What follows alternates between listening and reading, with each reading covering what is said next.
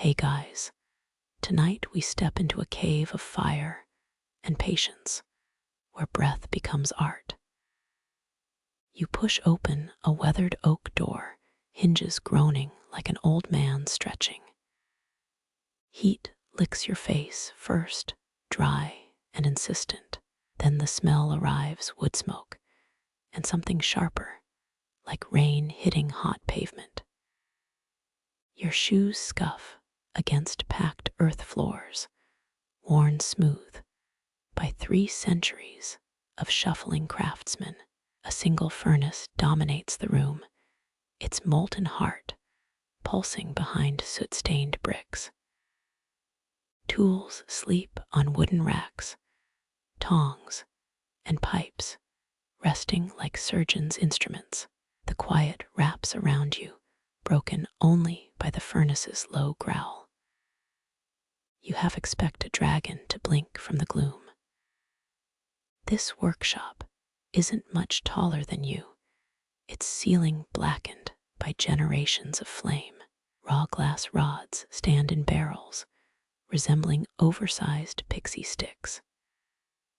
Your fingers drift toward one, stopping just shy of contact.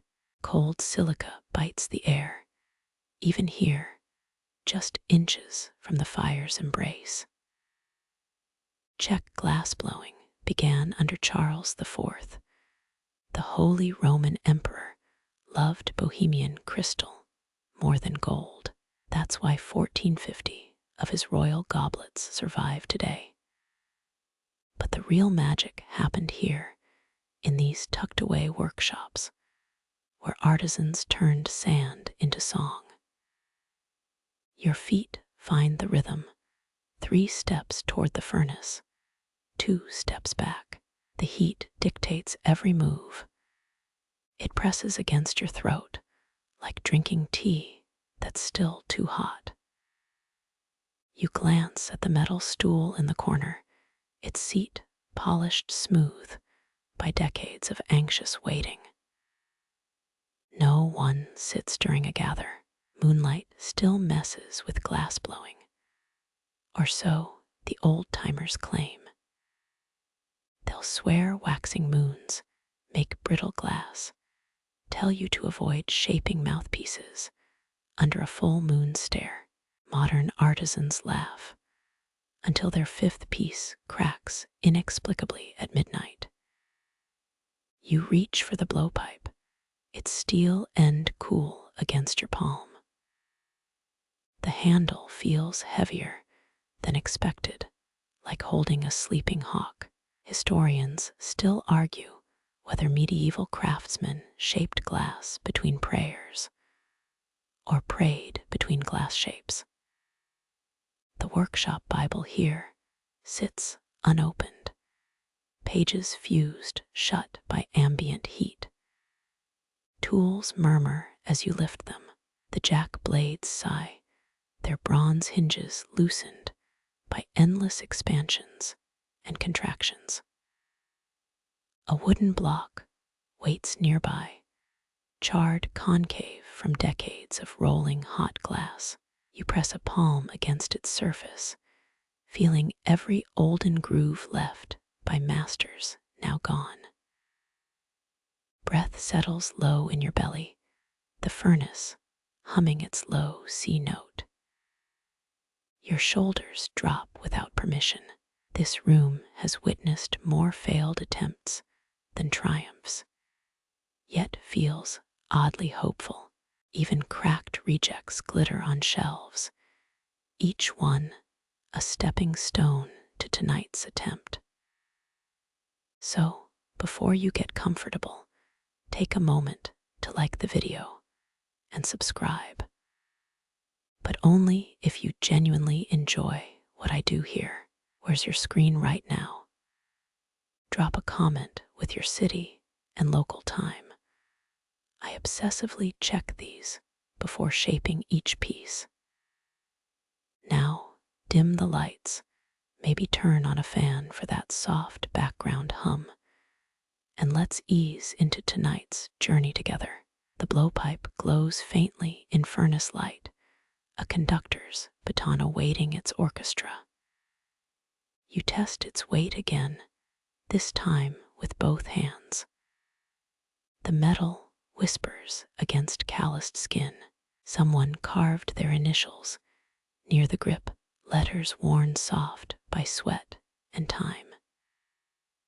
Faint scratches mark the workbench, concentric circles overlapping like tree rings. You trace one with your thumb, counting the years since the last apprentice fled after burning his apron. The furnace exhales, casting long shadows that sway across the walls. Every corner holds ghosts, here to watch over your shoulder. Safety goggles slide into place, cold plastic pressing into brow bone. You realize you've been squinting since entering the fire's glare sharper than you imagined. A water bucket waits at your right, its surface swirling with vague reflections. The haze makes it look bottomless. Your first real breath here feels stolen, the dry air scraping lungs. The second tastes of carbon and old wool blankets. By the third, your body finally remembers how air works. Steady inhales syncing with the furnace's pulse. Earliest Czech glassmakers used river algae ash. Did you know that? Burned it into pearly lye that changed glass forever. Next time you see Bohemian crystal, thank some slimy green water plants. Move closer now toward the radiant orange glow. The furnace mouth yawns wide, revealing molten glass swirling like captured lava. Heat slams into your cheeks, instant sunburn without the breeze. Sweat pearls above your lip, salted and stinging. The gathering iron hovers near the inferno, its tip turning sunset red. You rotate it slowly, just like the YouTube clips showed. The motions feel alien, yet your wrists flex with muscle memory you didn't know you had. Somewhere in your DNA, a distant cousin once blew glass by torchlight. Hunger stirs, sharp and sudden. You're briefly furious at your stomach's timing. They don't mention this in documentaries. How furnace work makes you crave buttered toast.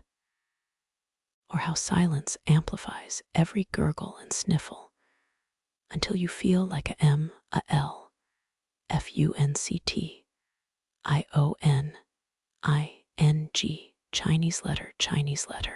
A faint hiss escapes the furnace, glass shifting in its molten nest. Your free hand balls into a fist, nails biting palm flesh. No turning back now. The iron dips toward liquid fire, your arm trembling like a plucked guitar string. Outside, wind rattles a loose workshop pane, playing its own discordant tune. Your neck prickles, fighting the urge to glance behind you.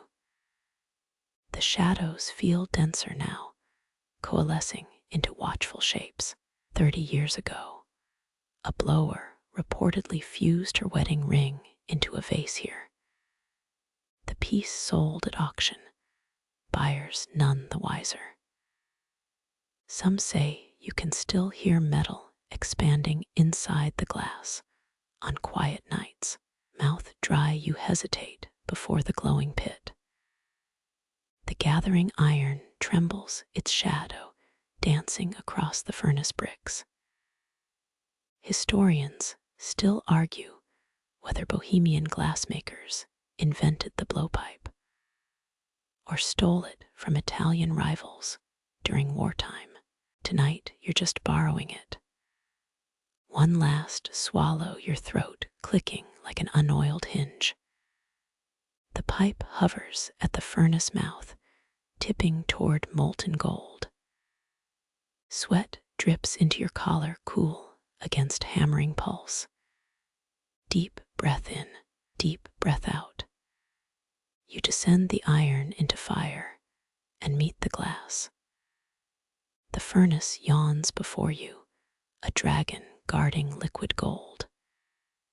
You hook a 3-foot rod of iron called a punty in Bohemian workshops from the rack. Remember those 17th century kings? Whole empires traded for Czech glass, so clear people thought it was frozen diamond water.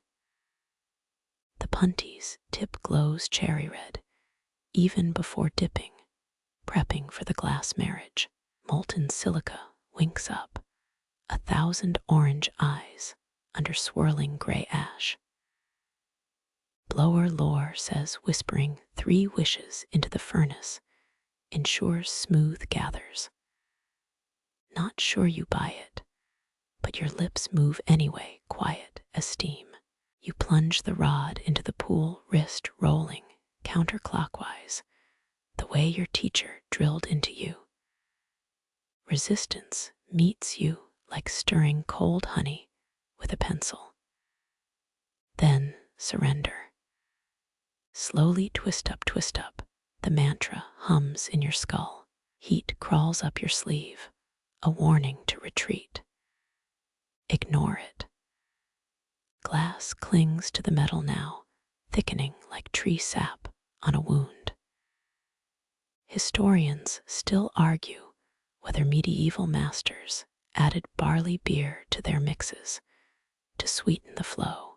As you lift, a glowing tear the size of a lemon swells, stretching into a dancing taffy rope.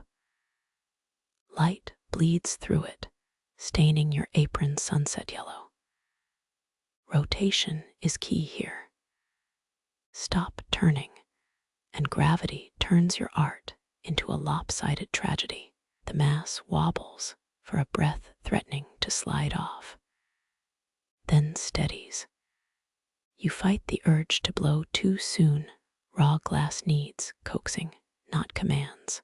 Prague's old masters timed gathers with church bells, 8 rotations per toll. Your phone timer beeps softly in your pocket, a different kind of faith. Secondary dip now. Bury the glowing orb back into the fire. Thermal shock could shatter it, so you enter slow, like testing bath water after midnight. Molten glass sighs around the punty, wrapping layers around that core. Some blowers swear they taste colors, vanilla for cobalt, salt for ruby.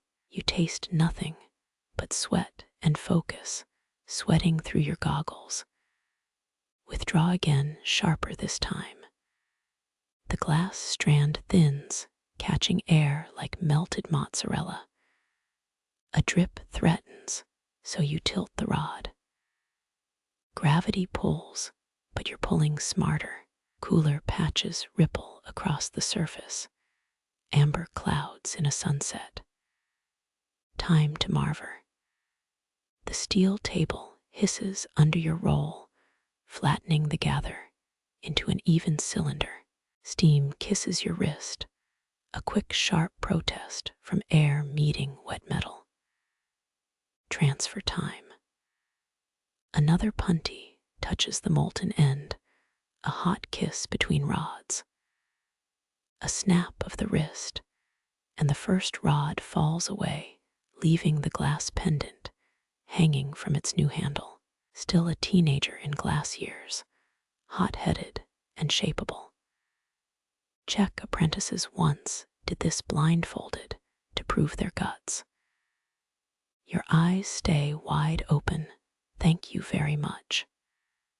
Annealing's shadow looms, but first the shaping dance. You swing the rod gently, letting centrifugal force start the stretch. Lengthening like taffy at the fair, if taffy could burn a village down. Thin spots glow brighter blue-white warnings. You ease up, let the mass thicken, then resume the swing. Balance. Always balance. Your shoulder muscles whimper souvenirs from yesterday's marathon. Color whispers next. A ceramic bowl holds powdered cobalt, ground finer than fairy dust. Roll the gather across it, blue sticking like pollen on a bee's leg. Back into the furnace for the marriage, heat, welding pigment to glass. 19th century blowers believed cobalt workers dreamed in blue for life, their tears staining pillowcases ultramarine. The powder flares electric teal, then melts into deep ocean, swallowing light. Heat haze blurs the workbench. Rod in left hand, jacks in right, you approach the glory hole. Reheat and repeat. The glass remembers every touch, even as it softens. You wonder if this is how bakers feel, needing light instead of dough. A joke forms, something about gluten-free chandeliers, but dies in the furnace roar. The gather cools by inches now, though it's still hotter than July asphalt. Annealing oven beckons, its open mouth promising slow peace. You lay the punty across the kiln's edge, letting the glass droop into the doorway. A slight roll, and it slides free, nestling into the fire brick cradle. 20 minutes ago, this was sand and wishful thinking. Now, a honeycomb of potential, amber heart wrapped in midnight skin. The kiln door closes with a sigh. Somewhere a beer taps. Somewhere a church bell counts rotations only ghosts can hear. Your knuckles whiten around the punty, glass cooling from molten gold to stubborn honey. History lesson. Venetians once used seaweed ash in their mix, claiming it gave their glass ocean whispers. You're betting on Czech silica instead, less poetic, but reliable as taxes. A dry inhale, then your cheeks cave like bellows. First breath hits the pipe's throat, a tentative push against molten resistance. Nothing happens at first, glass playing dead, testing your patience. 17th century apprentices were disciplined for huffing too hard, an early case of blow-related injuries. Then movement. A bubble swells inside the amber mass, slow as a yawn in church. Heat shimmers distort its growth, making it pulse like a jellyfish underwater. Blowers rule gentle, and even pretend you're fogging a mirror to check for life. The pipe turns in your palms, never stopping, the wheels wet groan, soundtracking your focus. A fringe theory claims medieval blowers hired musicians, flutes syncing with breath rhythms. Doubtful, but your Spotify playlist hums cello concertos just in case. Your lungs burn. Oxygen deprivation whispers silly thoughts, maybe glassblowing inspired bagpipes. Or vice versa. Either way, you're married to this pipe now, in sickness and gravity. Historians still argue whether ancient Egyptians crafted glass or just imported it as prestige trinkets. Second breath builds the bubble, stretching walls, thin as soap film. Light bends through curved glass, throwing liquid shadows on your apron. The shape wobbles, threatening to sag south, like melted ice cream. You counter with a slight rod tilt, physics over muscle. Jack blades flash, nipping the neck where glass meets metal. Too fast, and the bubble collapses like a bad punchline. Too slow, and the form stiffens into disobedience. Renaissance masters timed breaths to prayer cycles your watch beeps every 45 seconds instead. Third breath glass responds quicker now, a partnership forming. The bubble blooms symmetrical, a translucent egg balanced on fire. Quirky fact, some blowers lick the pipe to test temperature. You'll pass, germs and molten silica don't mix well. Pause. Lips sting from pipe heat radiating through the rod. A sip of water, but no swallowing. Breathing commandeers your mouth again. Modern studios use compressed air, but traditionalists claim lungs impart soul. Your diaphragm disagrees, aching like a rented mule. Rotation slows, the bubble's equator glowing hotter than its poles. Blower's dilemma, even heating versus artistic panic. You cheat with the glory hole, briefly reheating the stubborn north side. Suddenly, glass remembers its liquid. The form elongates, neck narrowing like a heron's throat. Perfect. Jack blades crimp the base, defining the future mouthpiece rim. Miss this angle, and no reed will ever forgive you. Heat bleeds out fast now, surface frosting, like winter breath on a mirror. Final shaping, titanium tweezers tease the lip into a soft curve. Too sharp, and musicians curse your name. Too blunt, and the symphony flattens. Ancient workshops buried flawed pieces in ash, ashamed of imperfections. You cradle the cooling form, a proto-mouthpiece, still singing with inner warmth. Blink sweat from your eyes, it sizzles on the workbench. One last rotation before the kiln. Glass glows sunset pink, then dulls to museum amber. The bubble's inner skin gleams, smooth as a river stone. Your own breath still echoes inside it, a prisoner of art, until annealing breaks the spell. Leather gloves grab the punty, weight heavier than steel should feel. Annealing's oven yawns, all cozy brick and radiating promises.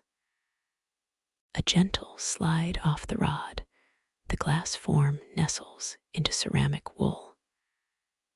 No applause, just the whir of kiln fans starting their lullaby. Your lungs finally protest, a coughing fit near the water bucket. 5 centuries ago, they'd hand you beer instead. Progress, hydrating, but less fun. The kiln door clicks shut, locking potential inside. Outside, night crickets chirp. Inside, molecules rearrange in silent negotiation. Tomorrow brings grinding, but tonight, the bubble dreams of becoming a vessel for jazz or requiems. You wash ash from your hands, watching blue grit spiral down the drain like diluted galaxies. The wheel greets your touch with a wet protest, its wooden rim slick from decades of dropped sponges. Rotation begins slow as a traffic jam before finding its rhythm. Venetian masters called this dance the Devil's Waltz, gravity and speed tangoing against human wrists. Your left hand steadies the right, nudges the pipe, glass balanced atop like a stubborn flamingo. Gravity flexes its muscles, The molten blob sags, testing your resolve. Weight distribution feels off, like carrying groceries with one busted bag.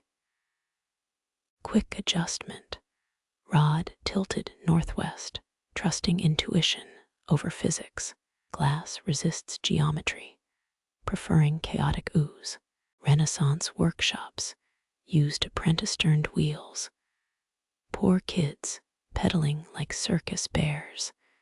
Thank God for electric motors now. A drip threatens at 3 o'clock. Catch it with an upward twirl, glass recoiling in surprise. Heat warps your view, the form fluctuating between pear and teardrop. Historical footnote: Bohemian blowers pioneered these kick wheels in the 1500s, replacing hand-spun turntables. You offer silent thanks, both palms free to wrestle molten rebellion. Centrifugal force whispers lies, promising easy symmetry if you just spin faster. Resist. Speed kills forms here, sloth is virtue.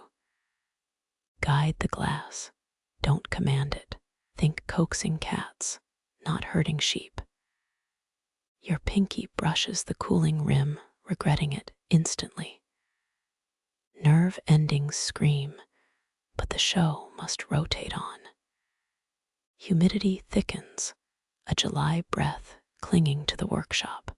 Slower now, air resistance fighting rotation. Open debate. Some scholars insist pre-industrial glass turned smoother, arguing period pieces lack modern vibration marks. Nonsense. Romanticizing past artisans' calluses won't make your blister sting less. Jacks hover waiting for their moment. Too much pressure, and hello, catastrophic cracking. Too little, the lip remains undefined as a politician's promise. You hum, a tuneless thing matching wheel creaks, creating rhythm where none exists. 17th century apprentices chanted psalms during turns, holy words baked into glass alongside their sweat. The gaffer's hook glows, dipped briefly in the furnace. Its tip draws molten strings, circling the neck like molten lace. Vanity touch, but traditional.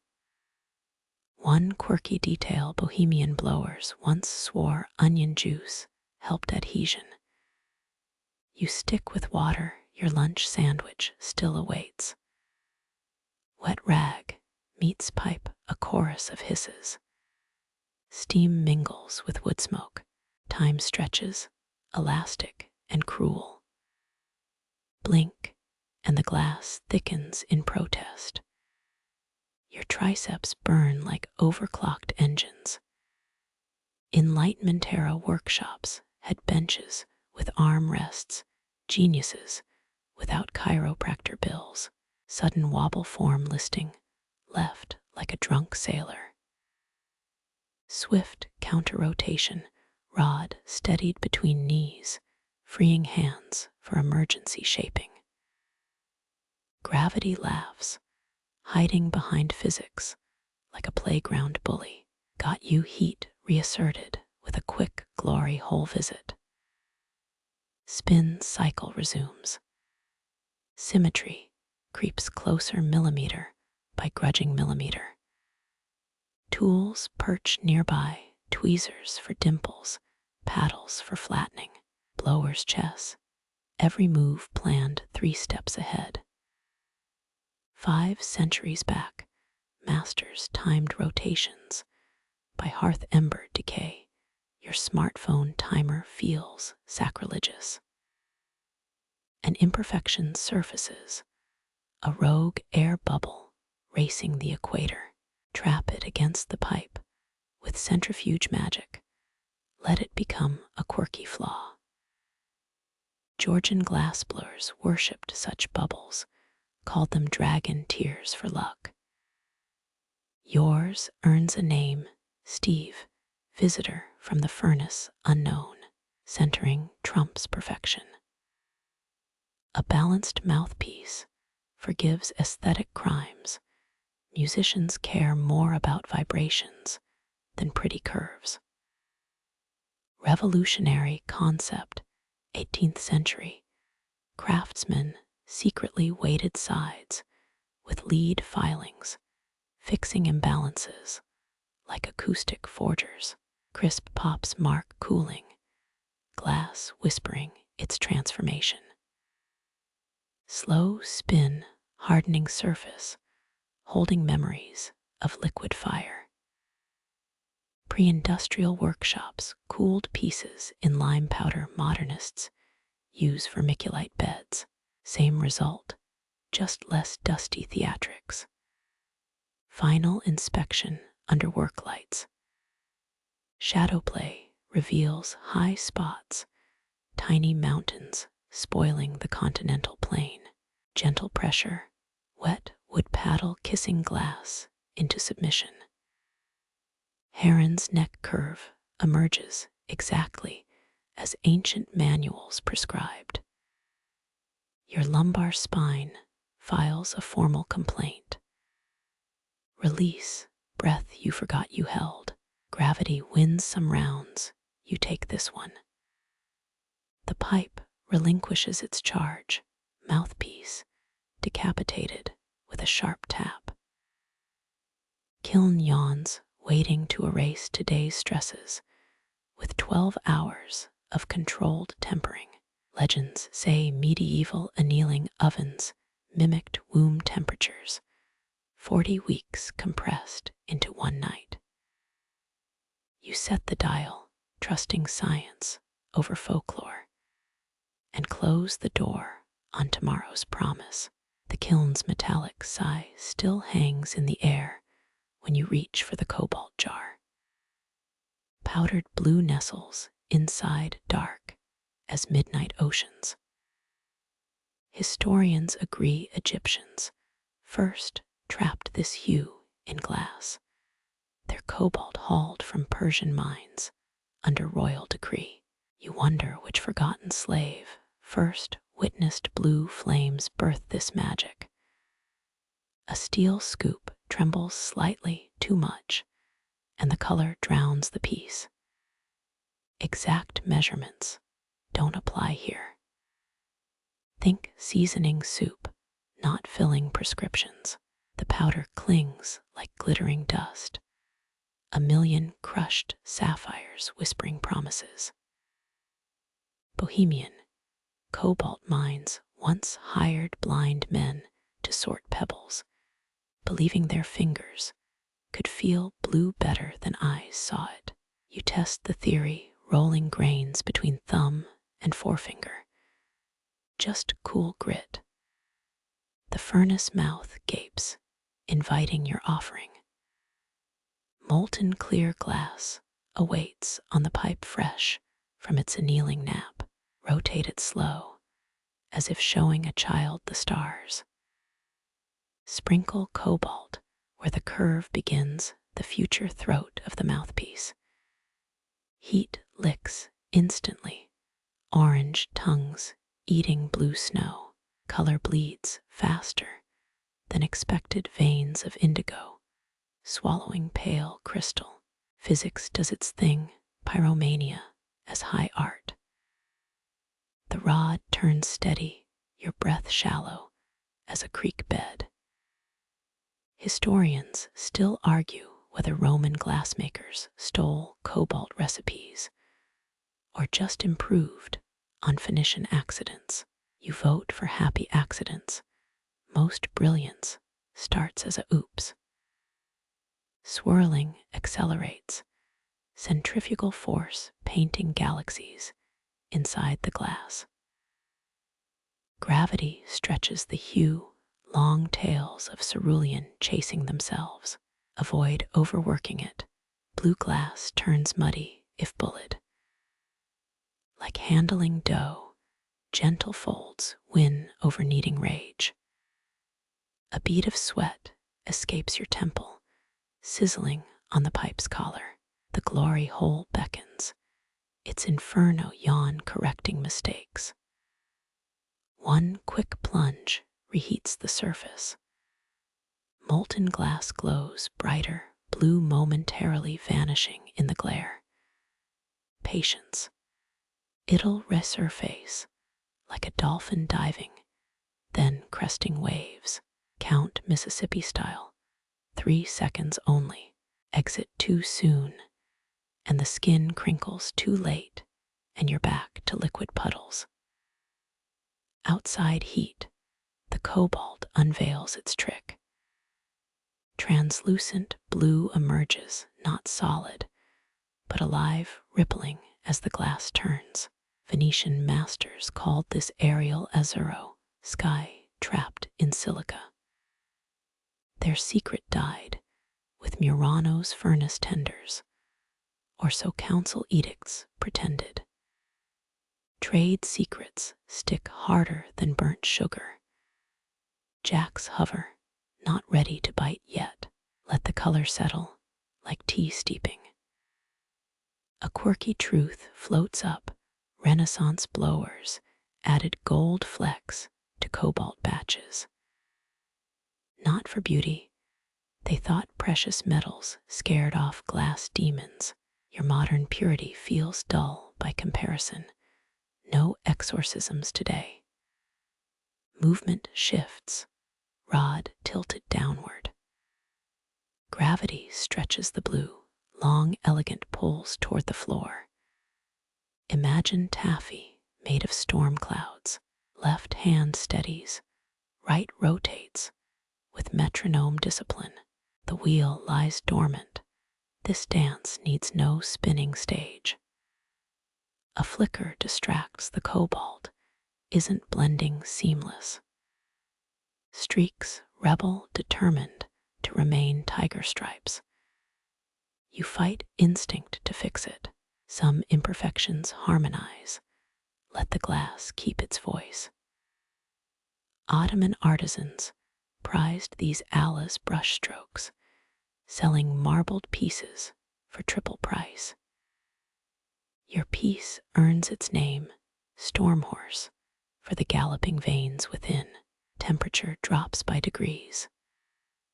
Blue deepens, shifting from ocean shallows to Arctic depths. Chemistries, magic cobalt, ions rearranging reality under heat's command. Your triceps whimper, holding the pipe vertical as a plumb line. 19th century, gaffers wired pipes to ceiling hooks. Sweat-saving genius you'll replicate tomorrow. Final inspection under work lights. Cobalt's whisper becomes a shout, vibrant and soulful. No bubbles betrayed you. Steve stayed, blessedly absent. Shadow and light reveal the color's reach. Sunlight through stained glass at dusk. You exhale, only now noticing your jaw's been clenched since the first sprinkle. Cooling begins, glass retreating from molten gold to warm amber.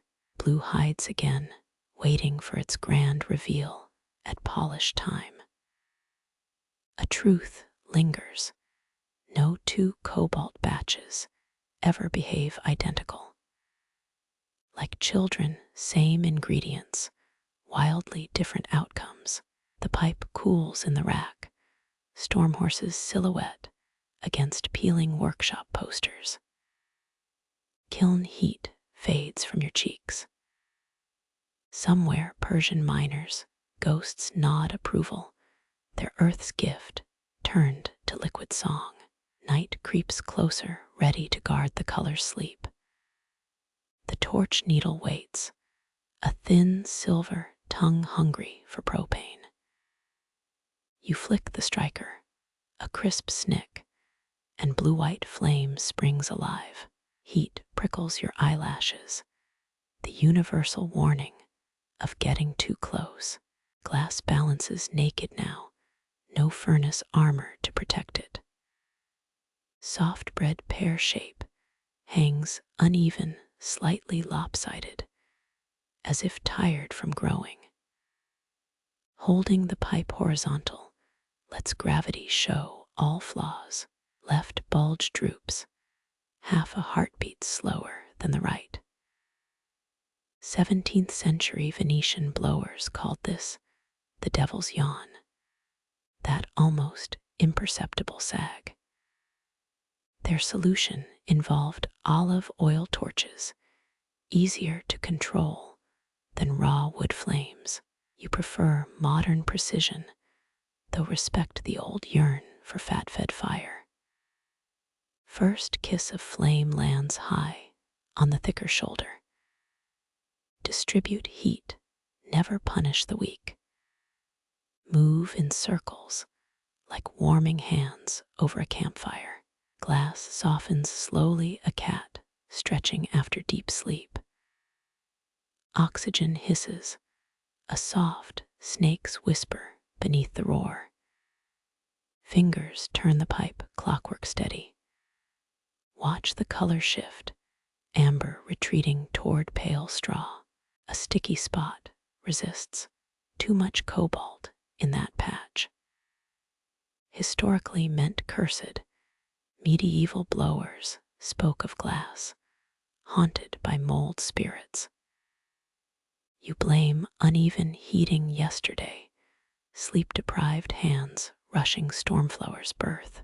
3 soft passes coax the stiff zone into moving. Molten silica flows like warm honey, each molecule shyly relenting. Aim for symmetry. The mouthpiece must sit even on a clarinet. Visualize a metronome, left and right matching their sway. Heat bleeds upward toward the fragile lip ridge. Danger. 1 extra second there, and the edge melts like candle wax. 19th century repair manuals advised breath prayers. During this step, exhales timed to flame retreats. You opt for quick pulls back torch dancing like a hummingbird avoiding rain. Truth surfaces. Glass never truly cools between steps. It remembers every burn, layering stress like folded parchment. Some Egyptian pieces still show stress fractures, 3,000 years of silent tension. Historians argue whether these marks reflected poor annealing or spiritual writers encoding curses in cracks. Your piece remains mercifully quiet, no voices in the quartz yet. Adjusting angles, the flame licks lower this time. Wrist aches from hours of delicate work, pipe weight adding ounces that feel like pounds. Occupational hazard. Apprentices in German factories tied lead weights to their arms, building muscle between torching sessions. You skip the medieval gym routine, relying on stubbornness and coffee. A slight bulge forms, right side outrunning the left. Torch retreats before disaster blooms. Patience. Let the glass flow internally, not rush under direct fire. Imagine coaxing syrup across pancakes, not pouring it. Glory hole's warmth still radiates nearby, a comforting safety net. Quickly flash the uneven spot there, not inside, but close. Protective reflex. Human and glass both crave backup plans. The brief soak evens temperatures, marrying left and right curves gently. Squinting reveals progress. The sag lessens form smoothing into harmony. Not perfect perfection, cracks under pressure. Functional beauty, that's the grail. Documentation proves Antonio Stradivari consulted glassblowers when designing his first clarinet mouthpieces. Craft recognizes craft, even across material borders. Torch flares brighter, final adjustments before anneal-ready state. Target the stem's base, a stubborn wobble zone. Superheated air twists like a miniature tornado, focused on one reluctant millimeter. Glass trembles, shivering, then surrenders its resistance. Cooler sections fight reheating. Thermal shock risks create 1,000 tiny dramas. Cheek warms, shield turning oven-like against your face. Protective goggles fog with every breath. Balance, fraying knees locking to stay statue still. Sudden shift, the entire piece glows uniform gold. Symmetry claims its throne. Torch snuffs out darkness, abrupt as a theater curtain. Glass sighs once, the shudder of a horse calming after thunder. You echo the exhalation, lungs finally remembering how. Resting Stormflower, pipe erect in the rack. Crimson fades to warm amber, then ghost gray. Imperfections smoothed, like arguments resolved before bed. Idle thought drifts. Renaissance blowers practiced flame tuning, hearing chord shifts in glass as it cooled. Myth insists Mozart commissioned a flute mouthpiece keyed to D minor his grief key. Kiln yawns open, wool-lined belly, waiting to cradle new glass. Place Stormflower inside, still singing with inner fire. Door clangs shut, final glimpse of its silhouette against brick. Night takes over, stars smeared above the workshop roof.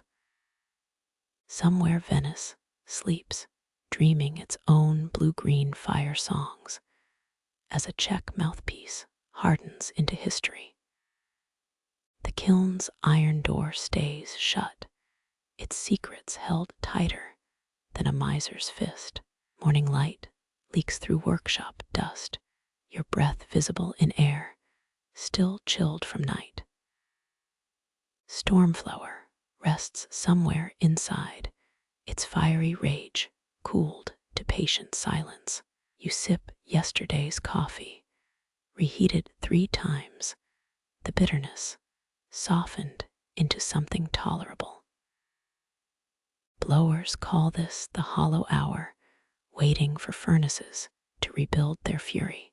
Titanium tweezers gleam under task lamps, their tips polished to needle precision. These were born from aerospace tech, stronger than a raptor's talon, gentler than a seamstress thread. Your thumb tests their tension, spring-loaded poetry. Remember how Stradivari sourced whalebone veneers for his mouthpieces. Craft scavenges materials wherever they hide, animal, mineral, or human-made. Kiln's thermometer finally blinks green. You ice glove your hands, leather layered over a wool liner. Medieval knights envied this protection. Opening the door releases a sigh. Old libraries have the same paper-scented breath. Stormflower lies curled on the brick shelf, gray as winter dawn. No steam ghosts rise. All moisture burned clean hours ago. Tweezers hover, finding the spot where air will first enter flesh. 17th century designs, often copied drinking horn rims, those broad curves meant for lips stained with mead. Modern players need sharper edges, jazz and classical demanding different kisses. You aim somewhere between a compromise as delicate as ceasefire terms. First contact, metal chill against warmer glass. Listen close. A faint keen echoes through the handle. Some claim it's thermal stress singing. Others swear tools whisper warnings from past masters. You ignore the noise, focusing where cobalt swirls mark the bullseye. Squeeze begins slow as sunrise over Venice. Glass resists, then relents, becoming soft as warmed wax. The ridge forms no thicker than a fingernail moon. Renaissance guilds taught thread counting, ensuring every curve matched lute strings for alignment. Your eye measures instead, blurting an inside joke about rulers made of overcooked spaghetti. Blame sleep deprivation. Tired minds fry rational thought. Rotate the piece, seeking symmetries, sweet thrum. Another pinch lands 2 fingers west, correcting a dip shy of perfection. Stradivari allegedly used violin bows to test mouthpiece balance, luthiers stealing tricks from glass kin. Historians still argue whether he ever touched molten silica or just bullet blowers into bending to his will. A powdery film coats Stormflower's base, kiln dust clinging like beach sand. You flick it away, careful not to graze the fuming rim. Ancient Egyptians left similar marks on ceremonial vessels. Their workshops, grit immortalized under glaze. Few know Cleopatra's wine cups bore minuscule desert quartz inside, hidden blessings from sandstorm survivors. Heat gun purrs, low setting ready to ease stiffness from edges. Amber glows shyly, just enough to tease memory back into shape. Too much coaxing invites disaster. Glass remembers every touch like an elephant grudge. You hum Sinatra, swing tempo syncing, with rotations, swiveling the pipe like a dance hall partner. Midnight blue veins pulse under warmth, tracing paths only molten rivers know. One thickens near the rim, distorting light like summer asphalt mirage. You pause. Baroque blowers prized such flaws, called them Venus curls. Proof the piece lived beyond human control. Decide to let it stay, a rebellious streak in polished perfection. Tweezers return, refining the embouchure shelf, where breath becomes music. Pressure must balance firm and forgiving, like a parent steadying a child's bike. Too rigid, and musicians tire. Too soft, and pitch wobbles drunk. Your knuckles whiten, force dialed exactly to 11 grams of pressure. Factory scales confirmed it last Tuesday. An obsession even accountants might find charming, suddenly too pliable. The rim droops, a sleepy eyelid surrendering to dreams. Cursing under breath, heat gun retreats. Let physics freeze the mistake. Czech apprentices once dunked lips in holy water for luck. Now you'd settle for a whiskey and dumb fortune. Stormflower holds its new shape, slightly lopsided, smug as a cat who knocked over milk. Grinding wheel waits, its diamond edge savage compared to tweezer's grace. Save it for later. First, reevaluate the lopsided kiss. Turn the piece upside down, gravity reversing all truths. Actually, That accidental dip might help with note transitions. A happy accident the guidebooks never mention. Fire up the micro torch instead, needle flame refined to surgical focus. Target the droop, 3 seconds of careful fury. Glass shivers, retracting the error molecule by molecule. Finish with a wax polish stick, B's product buffing mineral into seamless marriage. Some blowers swear chocolate works. Better Guild Secrets border on snack preferences. Final inspection under daylight bulb, Stormflower, balanced on a reed cutter stand. The rim gleams circle flawless as Saturn's rings. Tweezers lie abandoned, hot metal scent tinging the air like rain on sun-baked concrete. In the Royal Delft archives, one goblet survives with tweezered rims so sharp they pricked royal mouths. Serves them right for demanding impractical beauty. You think rubbing a callus under your thumb. Kiln yawns wide again, ready for a gentle anneal phase. Load Stormflower beside 3 cousins their shapes, echoing saxophone and oboe destinies. Lock the door, ritual complete. Tonight, perhaps, you'll drink to Venetian ghosts and the tiny ridge that holds symphonies unborn. Tomorrow, grinders awake hungry for their turn, but for now, tweezers rule the silence. The kiln swallows your glass child, still singing with secrets only heat remembers. Those 500-year-old bricks absorb its glow like desert sand gulping last light. Your knuckles brush the iron latch, hot enough to brand, but not yet blister. 17th century blowers cooled work in straw beds, their slow breaths counting annealing prayers. You set timers instead, digital babysitters watching the vital plummet from fiery passion to room-temperate calm.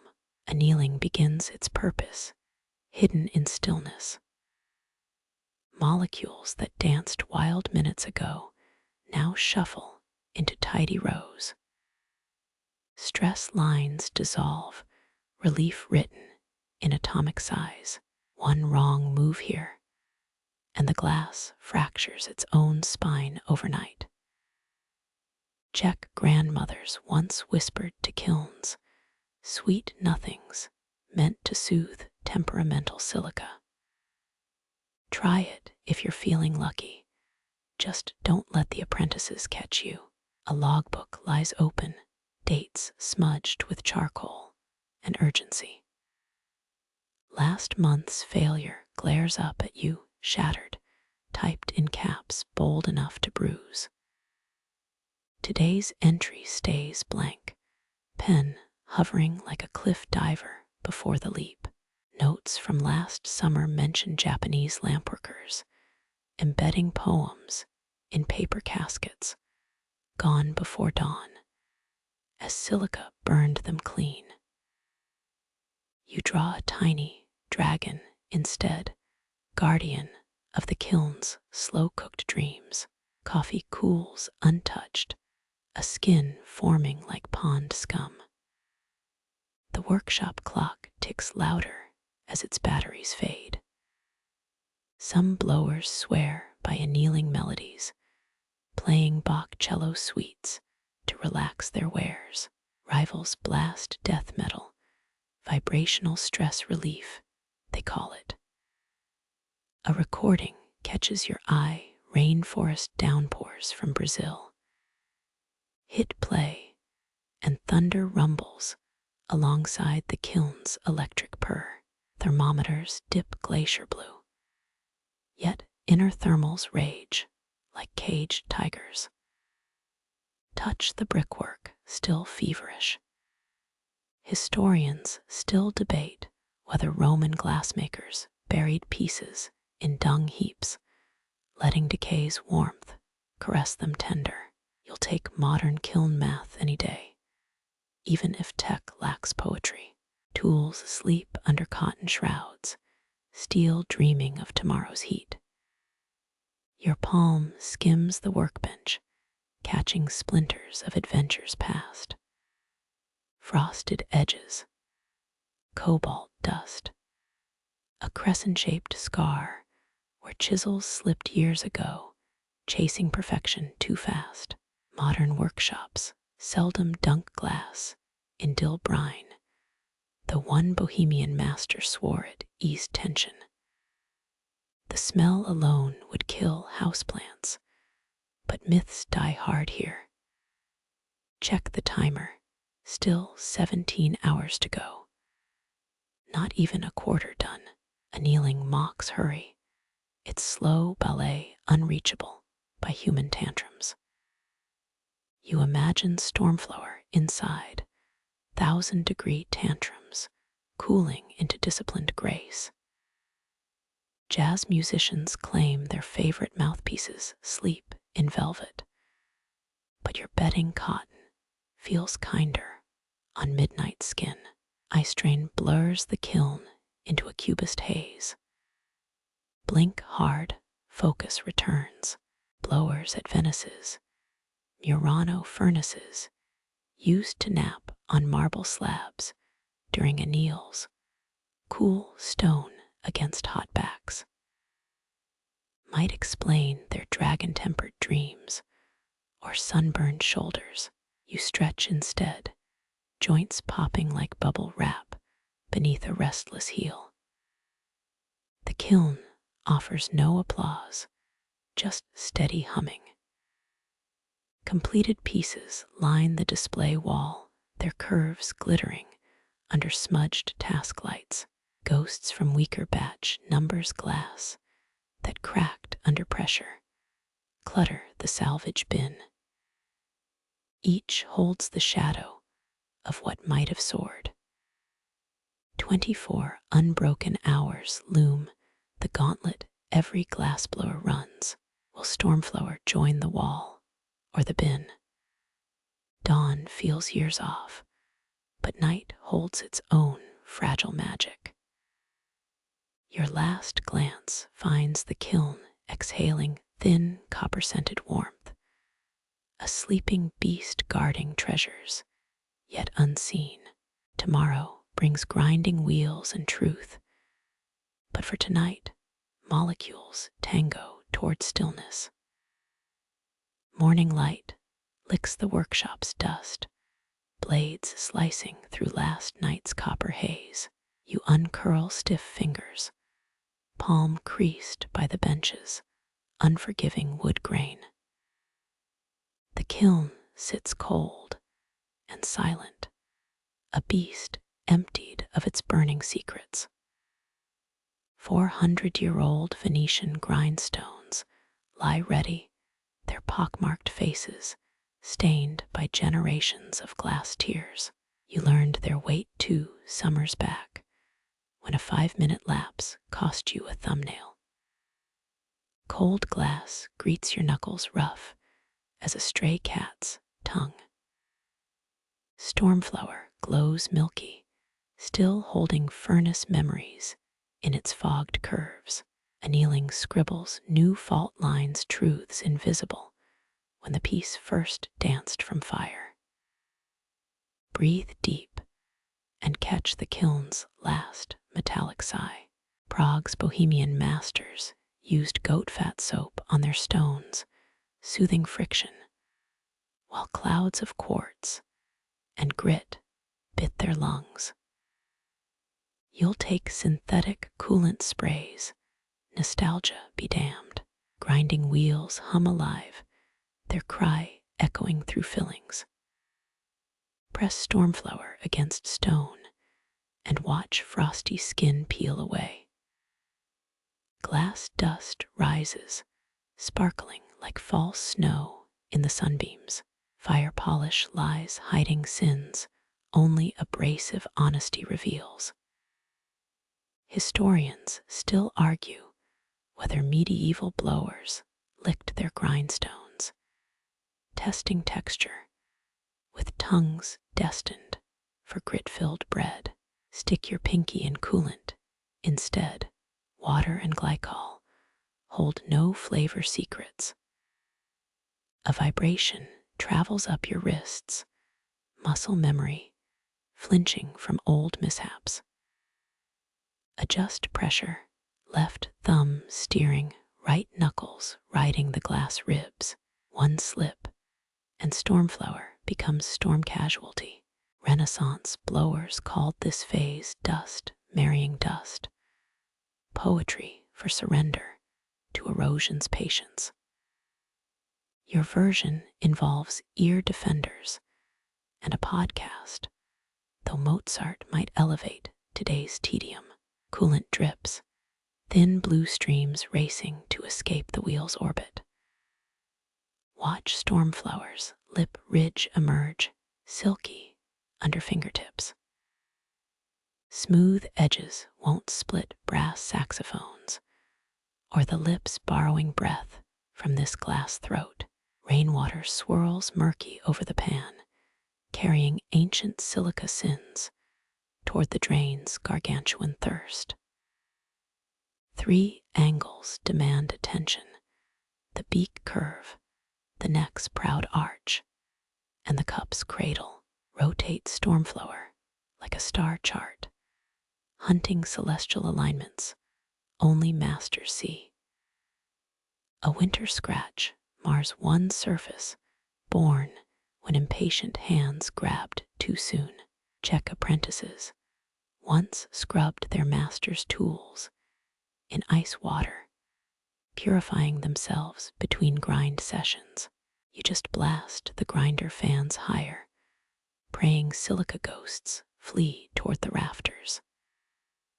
Another pass, removing 1 hair width time measured in micron confessions. 10,000 revolutions strip Stormflower's cloudy shroud, revealing the blue heart cobalt birthed in fire. Eastern European blowers whispered runes onto their wheels, believing vibrations purified glass spirits. Your rotary tool hums corporate mantras, cheerful efficiency stripped of magic. Pause, stretch, count ceiling cracks as vertebrae realign. The polishing wheel winks, a wider disc hungry for Stormflower's flaws. Switch stations and bathe the mouthpiece in watery diamond paste. 18th century aristocrats wore eyeglasses polished with cerium oxide, same family of earth minerals kissing your glass now. Some things loop like a ribbon dropped by history's absent-minded hand. Stormflower resists at first, squealing protest, before surrendering to buttery smoothness. Your thumb tests transitions, no snags, no sharp whispers eager to split skin. You resist the urge to blow experimental notes. This isn't jazz improv night at the Glassworks. Venetian workshops buried unwanted pieces under their floors, awaiting unknowing archaeologists. Modern blowers can't afford that luxury. Every mistake glares from salvage bins. Check your reflection in the cup, distorted but intact. Glass has memory, flexing imperceptibly for decades under steady breath. Egyptian kings stored scented resins in hand-mouthed vessels, similar in shape. Experts think their glassblowers learned from desert sand, a silicate muse older than dynasties. Your guessing Nile heat inspired faster annealing techniques, or sun-baked frustration propelled innovation. Final rinse water sweeping milky residue into gray oblivion. Stormflower emerges clearer than a country dawn edges, singing under fluorescence. Inspect under magnification, watching light fracture through flawless silica angles. Last night's fears crumble, replaced by undeserved pride. Cool tools again, their dance partners scattered in dust piles. Wipe the bench, gray swirls patterning the wood like crude constellations. 2 days ago, this glass was quartz sand dreaming of desert winds. Now it inhales waiting. Drying racks beckon, their wooden fingers open for surrender. Stormflower settles among a dozen siblings, snoring softly against cotton beds. You snap task lights off, having the room's shadows and worries. Sunrise through dirty windows paints the air, amber ghosts nodding approval where none deserve credit. The grinder's last drip echoes, counting seconds between exhaustion and elation. Your shoes crunch over false snow, silica grit meeting rubber soles. Coffee's revenge brews, promising scalded tongues and overdue wakefulness. 15,000 spins today, and you'd trade none for a gentler craft. Polished glass gleams, unable to lie now. Stormflower wears its journey openly, from fire fury to water's cool repentance. The mouthpiece feels lighter despite its heft, future music, coiled inside inert curves. Turn the workshop lock, metal shrieking like a disgruntled gull. Footsteps crunch on the gravel path, carrying dust homeward in seams and cuffs. Nightmares might come, phantom cracks spreading through hypothetical glass. Dreams too of Stormflower, cradled under foreign stage lights, or packed in careful nestings, or raised to unknown lips in some midnight club where jazz still breathes. For now, letting go is enough. The workshop bows to your departure, a silent partner holding its treasures close. The polishing wheel whispers, water sluicing over its spinning skin like a tired river. You press Stormflower's belly against the wet stone, diamond paste bleeding into the torrent. Milky runoff swirls toward the drain, carrying yesterday's imperfections downstream. 400 years ago, Renaissance craftsmen used eel skin buffs for this phase, believing their oily scales added depth to glass soles. Modern aluminum oxide gets the job done faster, but lacks the bragging rights.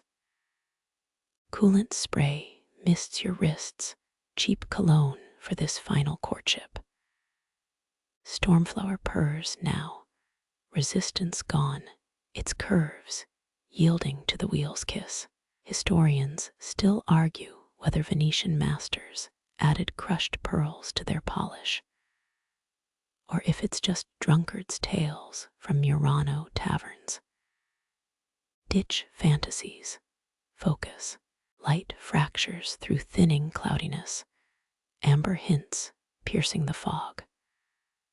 One lapse, and you're back to coarse grit repentance. Rotate the mouthpiece, thumb skating over its rim. Each pass eats another micron, a snail's pilgrimage toward clarity. Some Bohemian blowers whispered to their wheels, begging water spirits to spare their pieces. Your playlist offers less mystical support, lo-fi beats, fighting the pump's rhythmic gulps. A hairline shadow appears, then dissolves under the paste's hunger. Glass remembers fire always, but water teaches humility. 16th century apprentices drowned flawed pieces in canals, pretending accidents instead of failure. Stormflowers too honest for watery graves, its truths laid bare under fluorescence. Czech progress against the hanging bulb, an old trick. The cup's curve holds light now, no bubbles, no draftsman's errors hiding in quartz depths. Prague's Gothic cathedrals owe their stained glass brilliance to double polishing, though who envied those monks' calluses? Your fingertips have less piety, more aloe vera waiting post-shift. Final rinse, water so cold it steals breath. Stormflower gleams, clear as ice, untouched by skates, edges singing under scrutiny. Dry it on lint-free cloth, the ceremonial undressing, after 72 hours of labor. Some artisans licked their finished works, a superstition older than thermometers. You resist, tongue grateful. Diamond paste dries flaky on gloves, fairy dust for the committed. Dispose the leftovers, chemical sins locked in sealed containers. One last magnification, check lens fogging with your breath. Light bends true, no shy ghosts remain. The kiln's slow tempering did its job, molecules locked in peaceful truce. Stormflower meets its wooden cradle, nestled among cotton, like a hibernating creature. Bench lights dim, your reflection blurring in the workshop windows.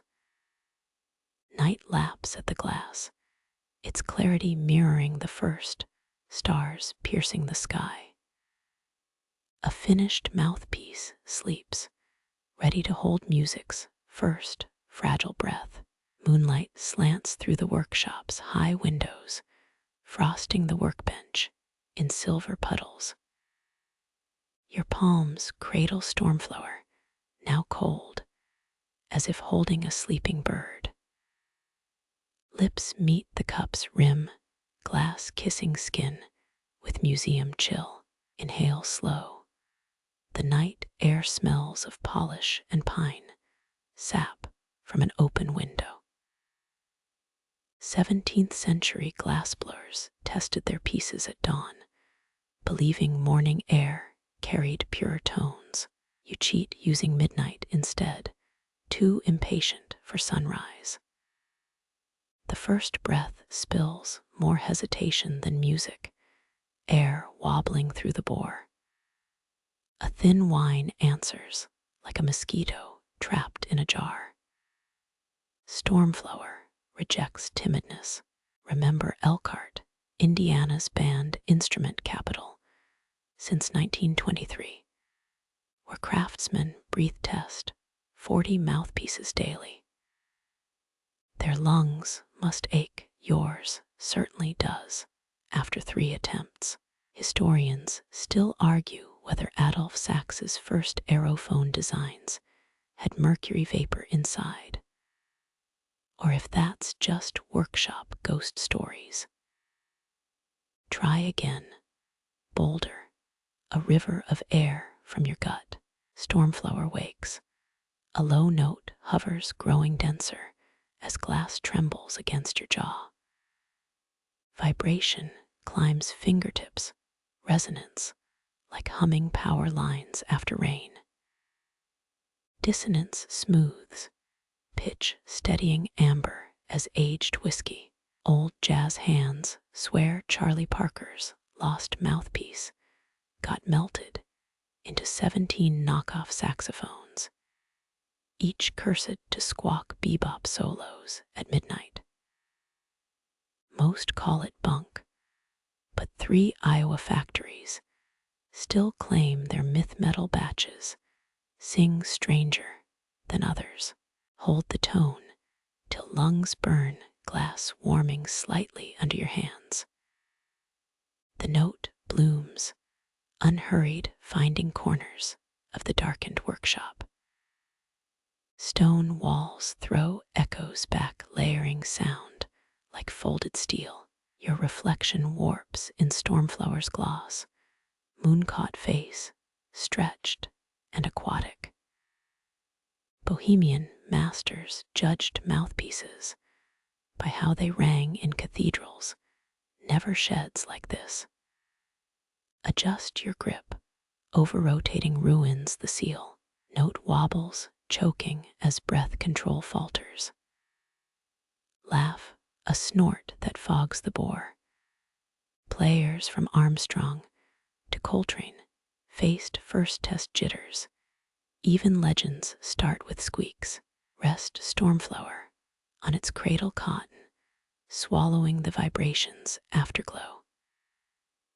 Cognac helps sip from the emergency bottle beneath the bench, a cheap ritual from your mentor. Czech blowers once used absinthe green fairy courage for final tests. Stick to supermarket brandy. Hallucinations won't improve your embouchure. Third, try lips softer now. Let the glass lead. Air flows continuous, a singer's vibrato without conscious effort. Stormflower purrs, resonance syncing with your skull's inner hum. One note splits into harmonics, ghost tones hovering above the root like a theremin's cry. The window rattles, vibration finding its glass sibling across the room. Moonlight quivers on the sill, liquid ripples cast by sound. High C floats, bright as a lit match in the gloom, then sinks back into low register amber. Glass remembers every furnace kiss, every grindstone's bite, channeling all into this single held tone. Rotate the mouthpiece mid-breath, testing response to angled air. Pitch stays true, no waver, no gurgle of trapped spirits. Some players spit scotch into new mouthpieces, allegedly sweetening the acoustics. Wine-stained cork grease works better and smells less like regret. Lungs empty, the note fades, but resonance lingers in Stormflower's throat. Tap the cup, a bell-like ping answers clean decay with no metallic rattle.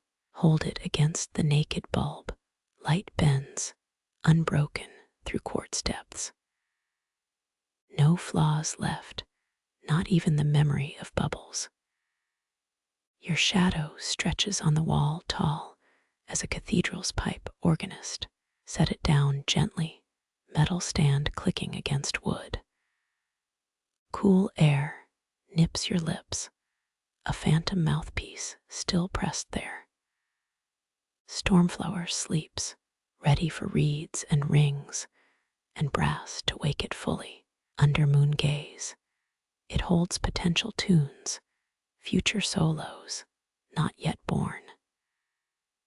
Ancient Egyptians crafted early aerophones from reeds and gold, grave goods for the musical afterlife. You'll settle for jazz clubs and student recitals. Switch off the bench light. Moon reclaims the workshop, painting glass blue where polish once gleamed. Tomorrow, some saxophonist's breath will marry Stormflower's song, sealing the pact started tonight. Frost ticks against window panes, silence returning like held breath, finally released.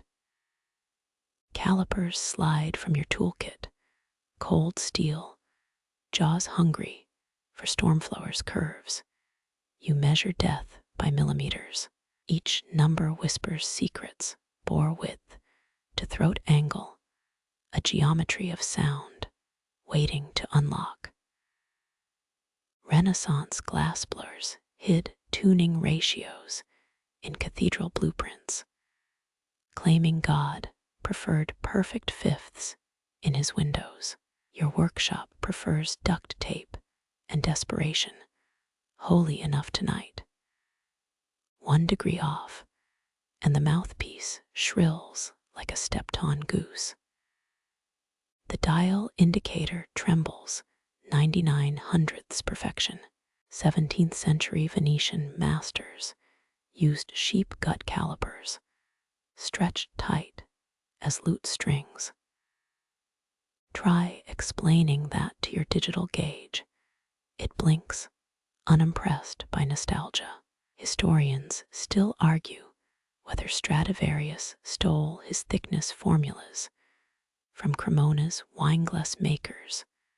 Wood and glass share vibrations soul deep.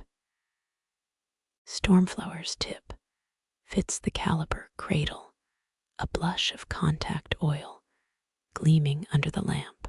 Your thumb spins the wheel measurements tattooed across graph paper, a topographic map of music.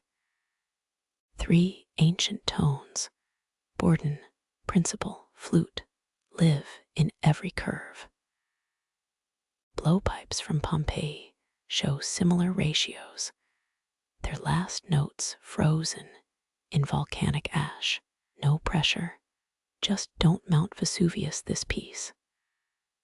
Light hits the protractor, its shadow arm swinging across Stormflower's flare like a sundial for sound. 35 degrees, the sweet spot where air spins lazy instead of frantic. Bavarian workshops swore by 33, Christ's age, for divine intonation. Your mentor joked they just liked cheaper protractors. Adjust the angle 1/2 degree northwest, compensating for humidity's sneaky warping. A spider drifts down, landing on the bore gauge, 8 legs judging your 8mm hole. Blow gently. It sails off, unconvinced by human calculations. Old Bohemian blowers red flaws in cobweb patterns. Natural engineers before engineering had diplomas. Your iPhone's level app chirps, annoyed by the wobble in your workbench. Shove a matchbook under one leg, the modern craftsman's shim. Numbers pile up radius tolerances, divergence factors, the calculus of resonance no one teaches in school. Abacus beads click in your mind, each decimal place a potential disaster or triumph. Did Da Vinci's lost glass harp sketches include these equations? His notebook margins burst with flying machines and flute dimensions. Polymath ADHD at its finest. Stormflower needs less genius, more predictable middle C. Mark the throat depth with blue chalk, a submarine periscope line for air's journey. Too shallow, the tone flats like stale beer. Too deep, it sharpens into dentist drill territory. Bavarian factory, workers once sampled mouthpieces by playing them into beer steins, resonance, judged by foam peaks. You sacrifice a coffee mug, 3 test breaths fogging the ceramic echoes decent, if not Wagnerian. Dial calipers reset, zeroed out on nothing, like measuring the weight of silence. Press the jaws against Stormflower's table, where steel meets glass in a nervous kiss. The needle flicks left, hidden asymmetry exposed. Prague conservatories rejected mouthpieces over half a hair's deviation, even if they sang like angels. Perfectionists buried good glass in back gardens, where moles might appreciate their high seas. Your pencil hovers, hesitating to log the 0.05 millimeter error. Do hands remember what numbers forget? The chrome calipers gleam accusing. Ottoman flute makers deliberately offset holes to surprise the wind into melody.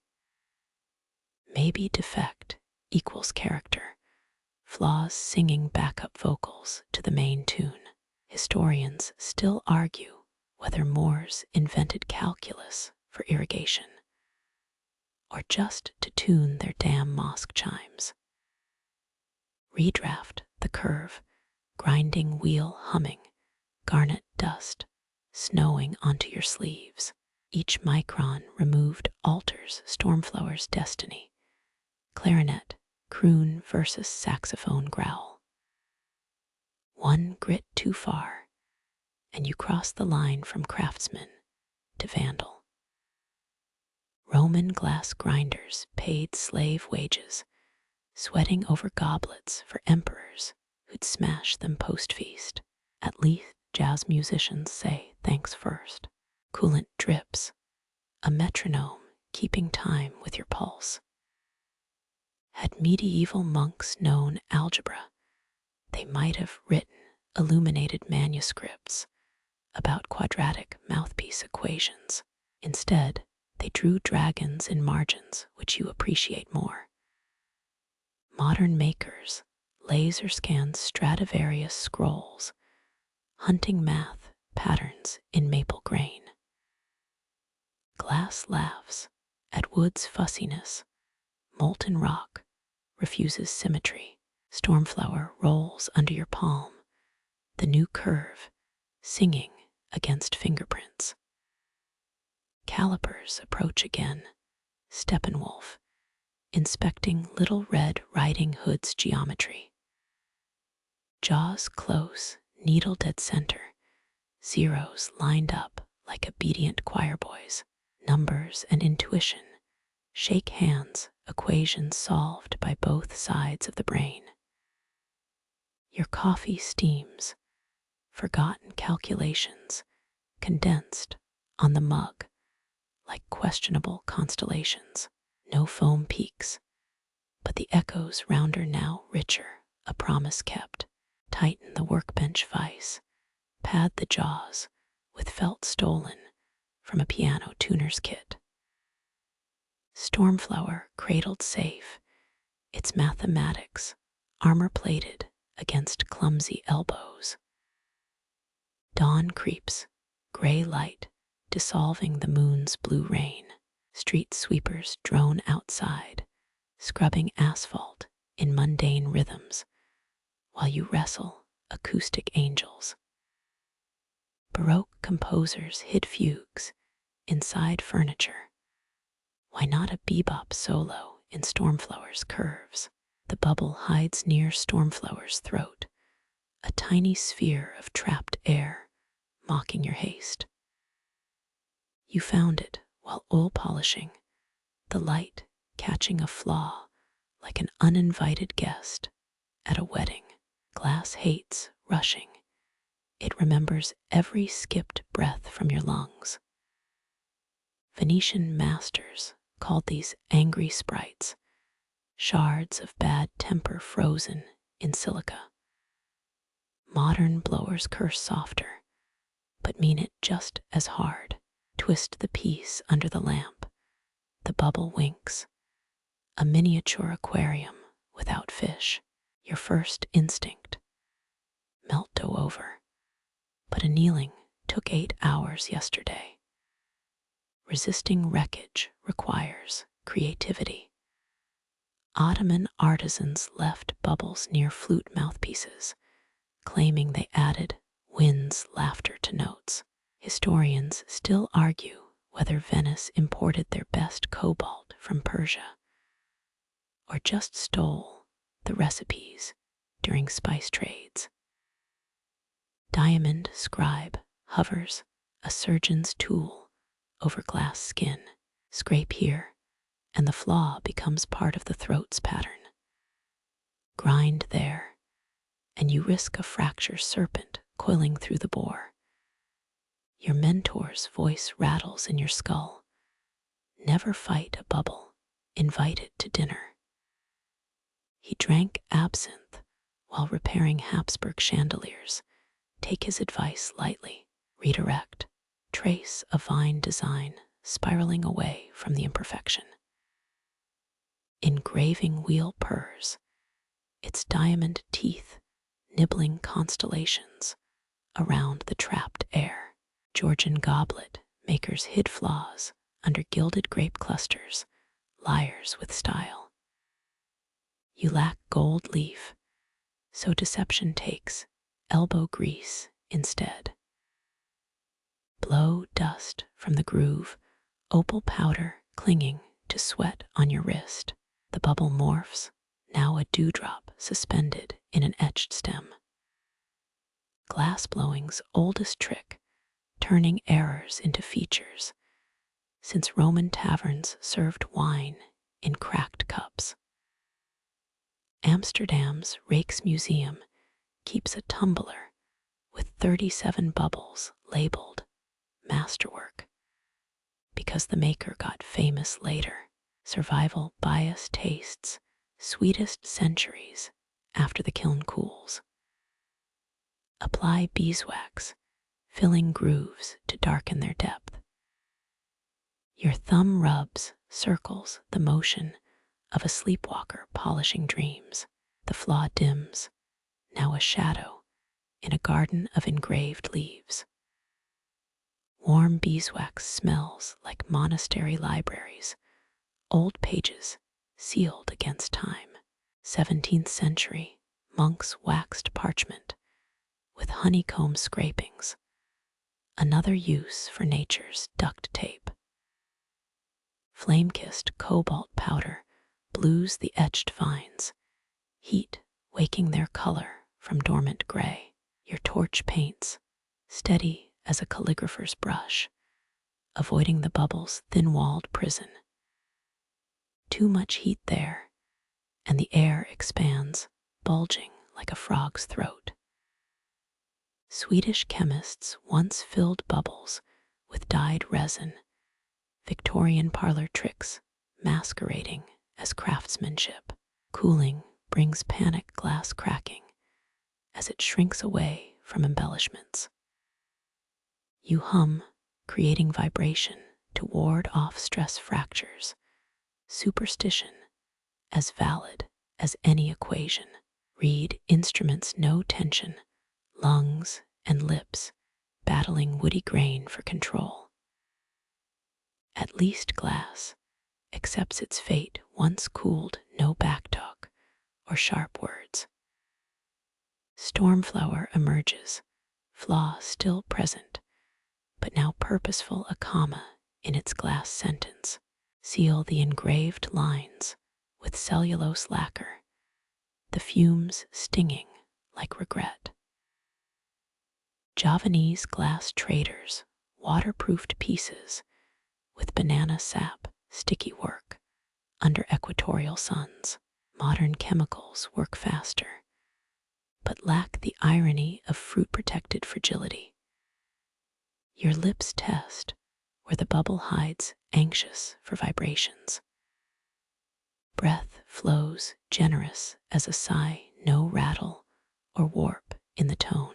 The pitch holds rounded and ripe, as if the trapped air cushioned the sound. Baroque trumpeters prized bubble bells, claiming they made high notes less shrill. Fact or placebo? Who cares if it sells at market? Label the piece with a quirked eyebrow, Stormflower's Dewdrop Edition. Flaws fetch higher prices when renamed, marketing alchemy turning lead to gold.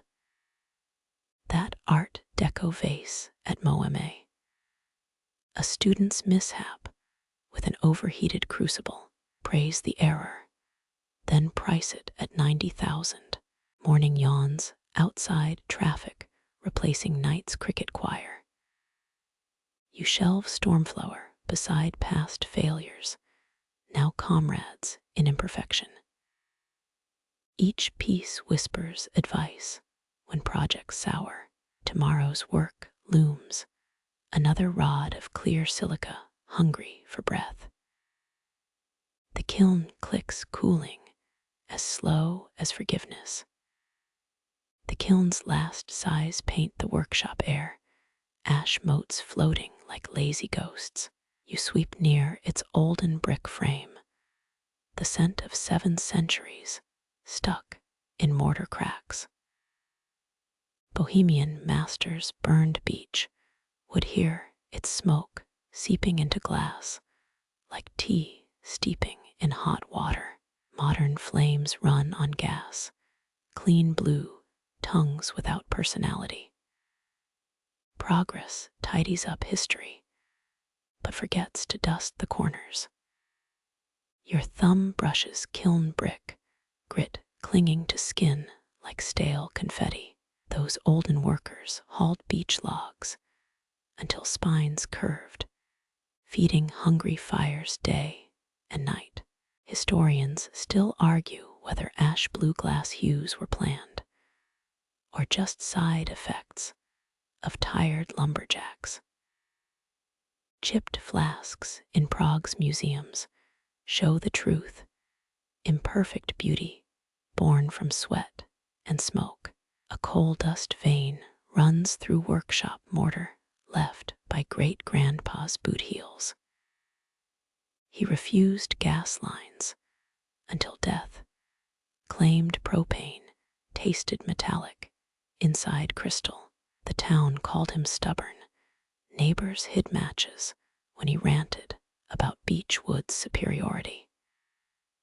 You smirk, digging out a cookie tin hidden behind aging schematics. Inside rests his prize, a charred lump of 1930s kiln wood. Stormflower peeks from the shelf, its bubble dewdrop glinting through dawn light. Great-grandpa's methods haunt each new piece, phantom lessons in every curve. Even clean modern glass borrows from old dirty flames, like grandchildren stealing candy from grandparents' cupboards. Beech ashes left minerals behind, microscopic hitchhickers in silica's structure. Some say cobalt looks richer when fired over wood, a fact furnace sellers avoid mentioning. Scrape residual carbon from the kiln door, flakes falling like black snow. 19th century blowers spread ash on tongue, testing each batch's alkalinity. You pocket a fleck, tradition tasting dusty and bitter on your modern palate. Stockholm's Nordic Museum keeps a diary from 1852, detailing how ash-cured goblets prevented scurvy. Quack science, but charming as a pocket watch with no hands. Gas nozzles hiss awake, blue flames tongue the crucible's belly. Watch heat shimmy upwards, no crackle of wood sap or ember sparks to distract. Efficiency lacks romance, but you'll finish before lunch. Great-grandpa's ghost might sulk in the rafters, muttering about lost authenticity. Your steamer boils with coffee, its whistle out-screaming ancestral grumbles. Rework an old pipe, glass rod, warming in the new flames. Think of beech forests stripped bare, then regrown, forgotten, then rediscovered for artisan barbecue chips. Every era swallows the past, chewing it up for parts. Pyrex measuring cups owe their existence to Bohemian misfires with soda ash. Irony blows glass better than any pipe. Stoke the modern burner hotter, copied from German designs. Some apprentice smuggled home. 1864 tariff records show Bohemia taxed soot-heavy imports, calling them dirty luxuries. The British preferred clean glass, boring as unbuttered toast. You spin the rod, threads of molten silica, gathering like liquid silk. Cooling racks smell sterile now. No wood sap perfume or charred undertones. Lost aromas haunt traditions, more than faded techniques. Night shift workers once smoked herring over dying kilns. Glassblower's breakfast dangling above embers. The museum cafe sells historical smoked trout, $12 with a side salad. Seal the kiln program its microchip, brain for tonight's annealing ballet. Precise digital readouts, blink green, no guesswork between shatter and solid. Grandfather tapped bricks to judge temperature. A knock here meant cool, there meant catastrophe. You trust thermocouples more mercury-free and nag-free. Dawn yawns against workshop windows, pushing streetlight glare off the glass jars. Pull Stormflower from its shelf, hold its mouthpiece against a sunbeam. The bubble suspends dawn's colors, prisoner turned prism. Straight from the kiln, it barely remembers your breath shaping it, let alone beach smoke from last century. Yet traditions stick like kiln, dust under nails. New pipes borrow shapes from mothballed designs, lips mimicking ancestors' preferences. Modern tools answer ancient questions, just faster, kinder to lungs and lower backs. Heritage isn't the flame, it's the stubborn desire to make beauty from glowing sand. Tomorrow's rods wait in a polyethylene tub, virgin silica craving transformation. Part of you wants to torch them over cedar chips, just to spite the gas pipes. Practicality wins, hand reaching for the blue knob's familiar squeak. Save experiments for slow Wednesdays when nostalgia burns hotter than deadlines. Stormflower slides back among siblings, each born of different flames. The kiln door clicks, shutting away residual heat with a polite sigh. Cars rush outside, tires humming over roads, paved where ox carts once rattled. You sip cooling coffee, wondering what future craftsmen will salvage from your leftovers. A single beech leaf drifts against the window, autumn's orphan clinging to glass. Press it between furnace logs, a bookmark in time's heat-warped library. Some traditions survive by accident, others beg to be forgotten. Bend the rod, spin the pipe, inhale blue flame faith. Ashes stay silent until stirred. Summer air presses the workshop windows, wet wool hugging the glass. You wipe moisture from the blowpipe's end, your palm coming away slick. Humidity creeps under doors, an enemy more stubborn than fire. It clogs every breath between you and molten crystal, slowing the dance between hand and gravity. Ancient Bohemian workshops dug cellars below floors, hiding glass in Earth's cool belly during muggy months. Your basement holds Christmas decorations, not royal goblets destined for Prague Castle. A plywood dehumidifier whirs near the annealing oven, its bucket filling as fast as you empty it. Modern solutions for olden battles, Progress swaps caves for plastic tubs. The furnace exhales, heat lapping stagnant air. Molten glass droops slower today, syrup in winter versus summer honey. Witness mercury, swallowing feathers, under torture gravity's power leaching into waterlogged atmosphere. You remind patience, twirling the pipe, as sluggish quartz resists shaping. Some say Napoleon's wine goblets clouded under Egyptian humidity. Proof moisture laughs at emperors too. Dorse glass holds secrets here, its milky surface hiding stress cracks till polishing. Too much dampness invites microfractures, glass weeping on atomic levels. You remember that 80s craft fair disaster, a pipe collection cracking like stepped-on ice during Florida monsoons. Now humidity gauges choke the walls, needles trembling at 60%.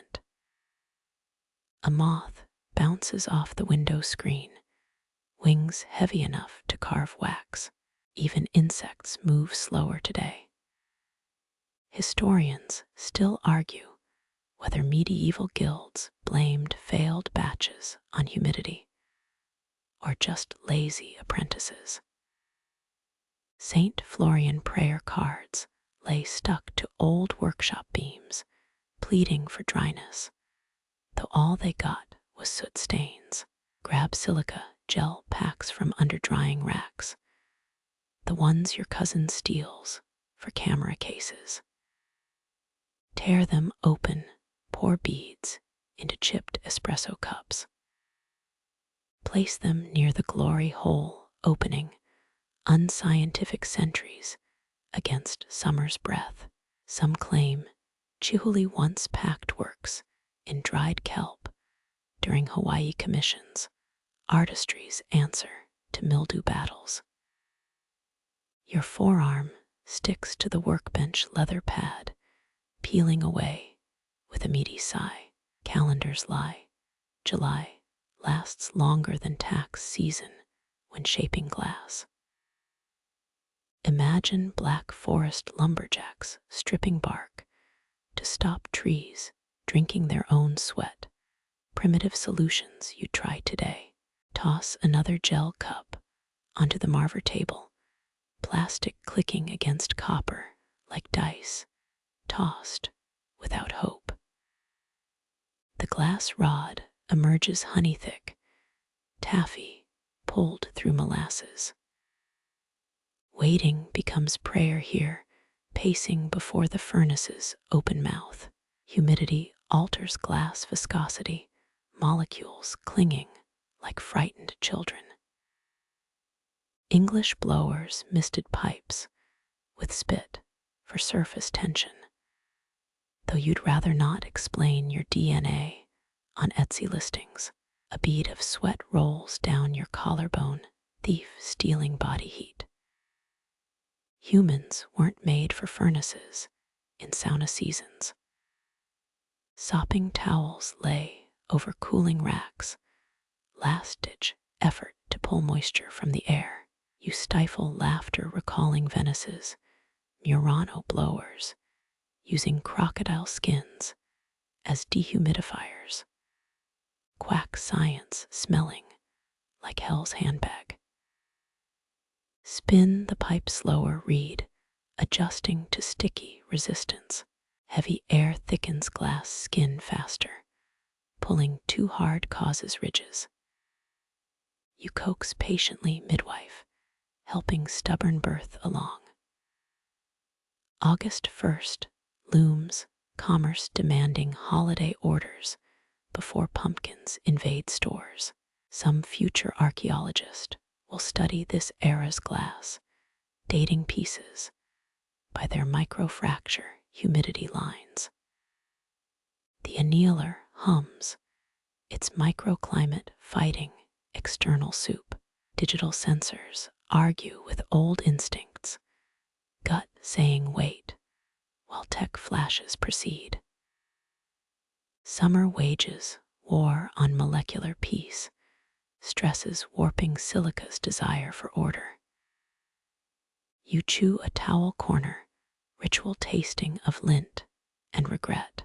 Beyond the workshop, laundry sags on neighbors' lines, wet socks surrendering to the sky.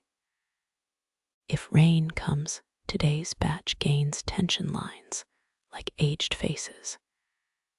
You eye emergency, hairdryers, their siren song of quick fixes, taboo among blowers.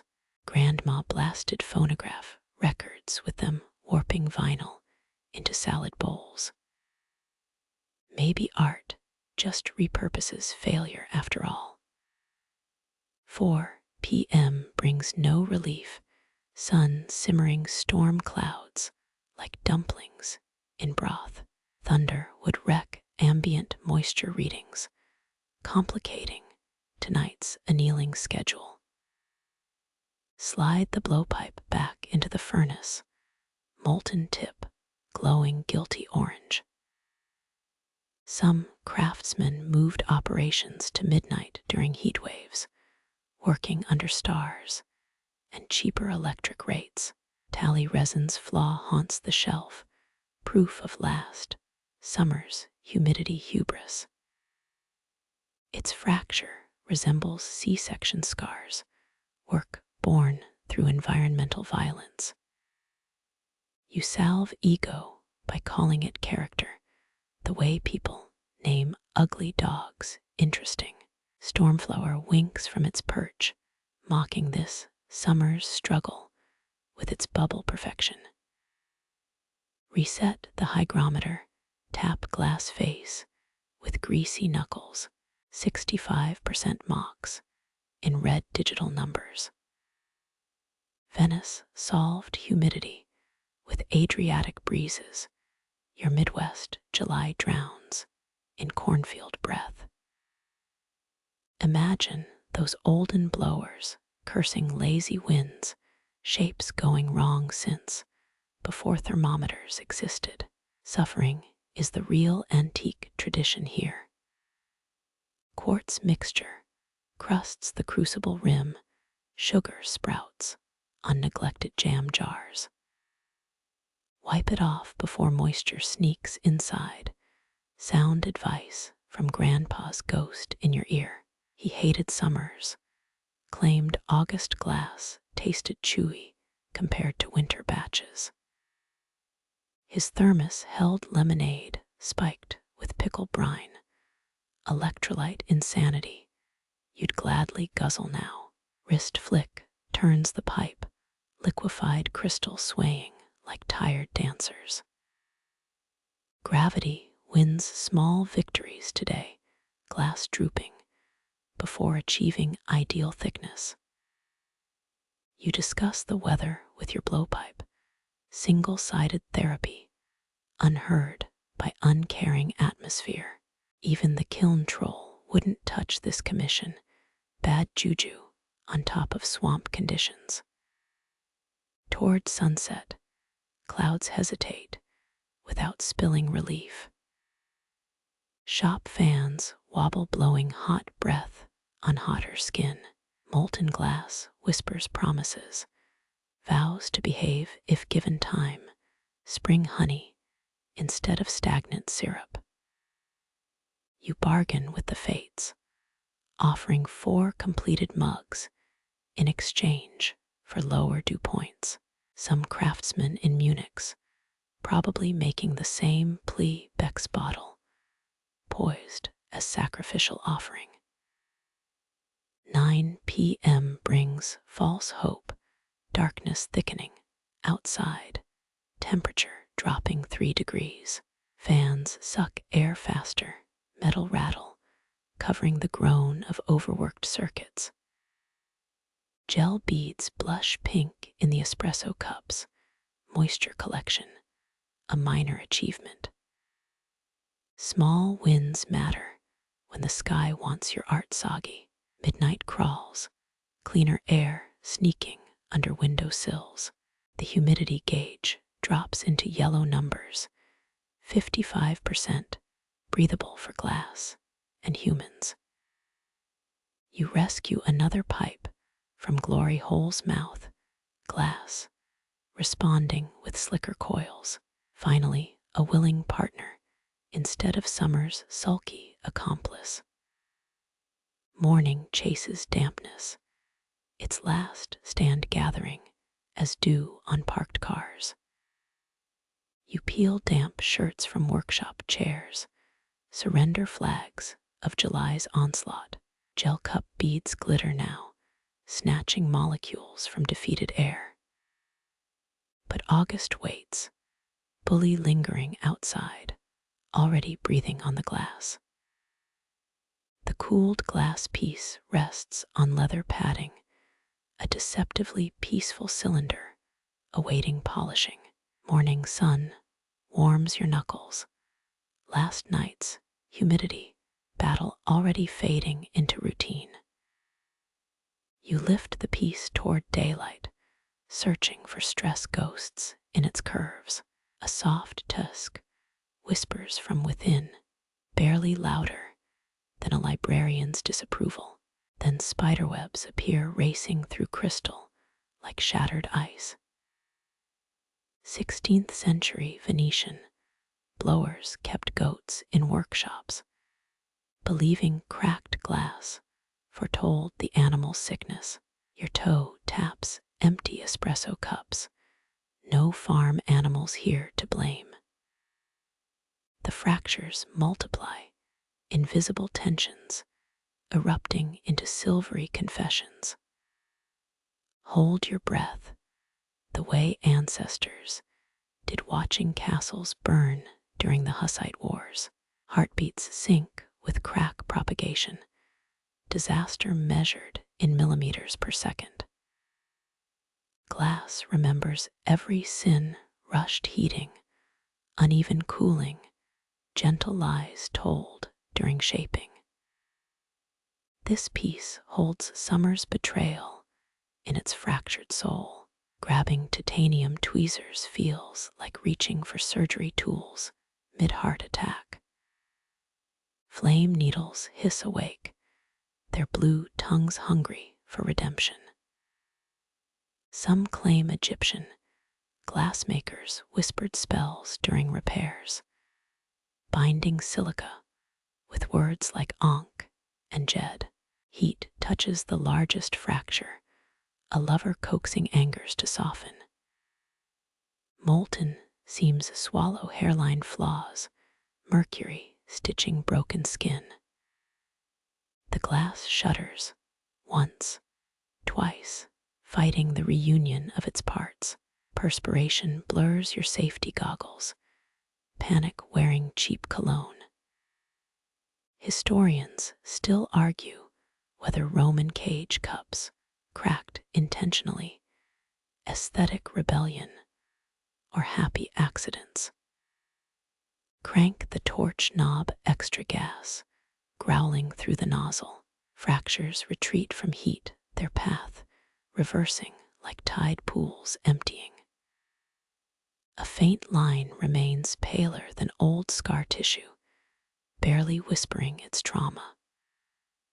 Blow gently across cooling glass, air becoming both prayer and tool.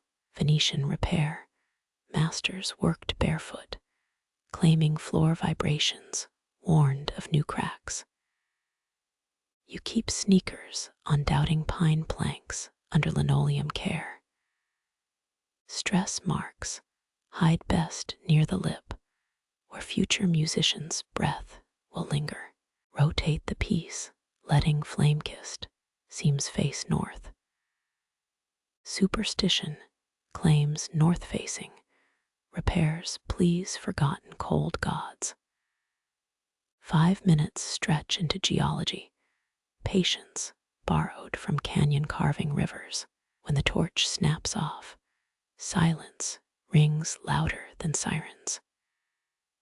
Carry the rescued piece to the annealing oven cotton gloves, gripping like bomb squad armor. Modern kilns Forgive what medieval cooling pits devoured. Set the temperature dial with trembling fingers, 500 Celsius, for tentative peace. Some blowers lick repairs, testing glass temperature like mothers testing milk. You resist, knowing 60% of workshop bacteria live nowhere else. Lean against the chipped workbench, letting adrenaline become exhaustion. The wall clock mocks. This detour cost 93 minutes, not counting sanity. Eye the emergency bourbon bottle behind grinding wheels, medicinal purposes only. Laugh instead, imagining medieval guild fines for incidents involving stress and liquor. Review other pieces, resting nearby guilty searches for future betrayals. Glassblowers become paranoids, seeing fractures in every spoon and windshield. Down half a water bottle, neat victory fuel, without liver consequences. Someone once glued shattered cathedral glass with egg whites, 1,000-year-old recipes for desperation meals. Check the kiln's peephole, orange glow promising second chances. That hairline seam hides now, ghost of summer's humid wrath. Future players will never feel the ridge, just air flowing into song. Your shoulders finally drop tension, replaced by caffeine shakes. Some claim Stradivari scraped varnish over wood flaws, letting imperfections drive vibration. Maybe errors birth brilliance after all. Most cracks announce themselves first. Grand entrance of sound and splinters. Today's sneak attack demanded grander defenses, fire over surrender. Wipe grease from goggles, streaking lenses into impressionist paintings. Tonight calls for extra pizza toppings, cheese coverage for surviving disaster. Arthritis creaks its critique into wrist bones, obituary notes for foolish heroes. Renaissance blowers occasionally left repairs visible, proud proof of battles won. Your seam hides like teen acne under concealer, professional pride outweighing honesty. Rotate the kiln shelf, another superstitious tick against uneven heating. Rub a petrified silica nugget between fingers, charm bought off Etsy for useless luck. Tomorrow's polishing wheels will judge today's repairs, truth revealed by spinning stones. Part of you hopes the seam remains, quiet lesson in fragile survival. Another part craves perfect invisibility, denial being winter's warmest coat. Glass never lies, even when it sometimes forgives. The saddle brown leather feels warm against your thighs, already shaped by 1,000 hours of similar work. You cradle the cooled mouthpiece, its weight familiar as a child's fist. Hide murmurs under shifting glass, a dialogue of friction and forgiveness. Diamond files wait in their tray, soldiers lined up for delicate war. 17th century Venetian, grinders wrapped tools in eel skin, believing it steadied nervous hands. You make do with dollar store foam grips, modernity's compromise against sweat. First Contact sings a high silver whine as diamond kisses quartz. The sound lives somewhere between dentist drills and cats' claws on screens. Glass dust sparkles downward, tiny constellations dying on your apron. Rotate the piece every 3 breaths, like some sacred meditative ritual. Polishing wheels spin discarded silica into ghostly halos around the workshop. A Czech master once claimed he carved Brahms into his glass, vibrations trapped in curves. You hum Radiohead, testing if Altrock survives crystalline imprisonment. Palm oil lubricates the wheel, its coconut scent clashing with winter air. Pressure becomes a language, leather whispering when you push too hard. Historians still argue whether Roman cameo artists worked clockwise or just followed whims. Your own motion tilts, arrhythmic, correcting flaws invisible to anyone else. Blisters threaten under work gloves, souvenirs from yesterday's overzealous filing.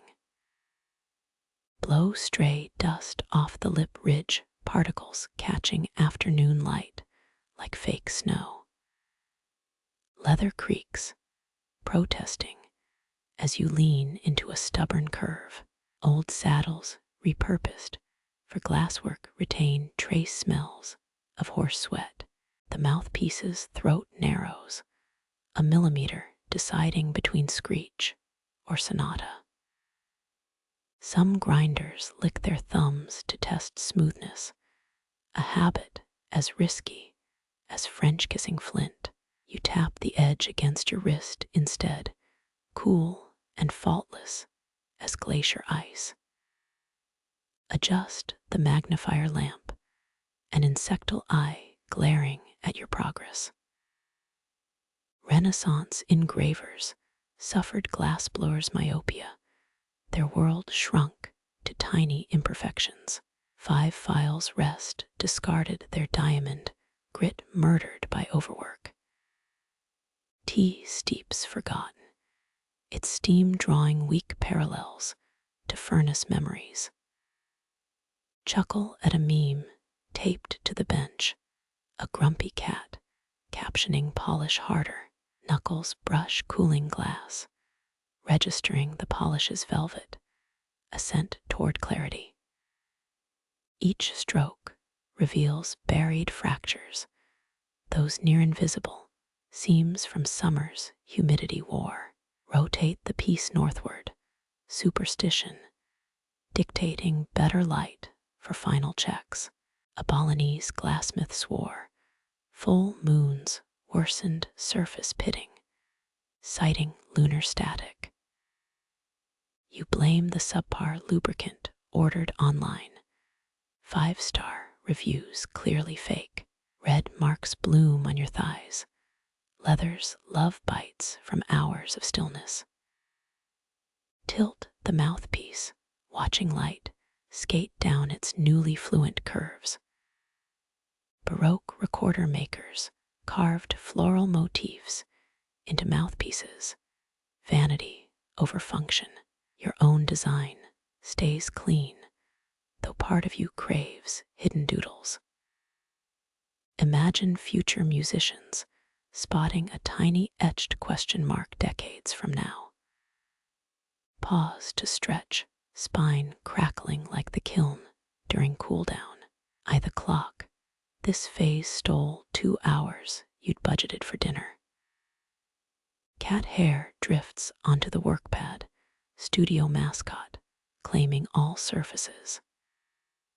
Consider ancient Egyptian beadmakers, lapis lazuli, dust permanently staining their robes.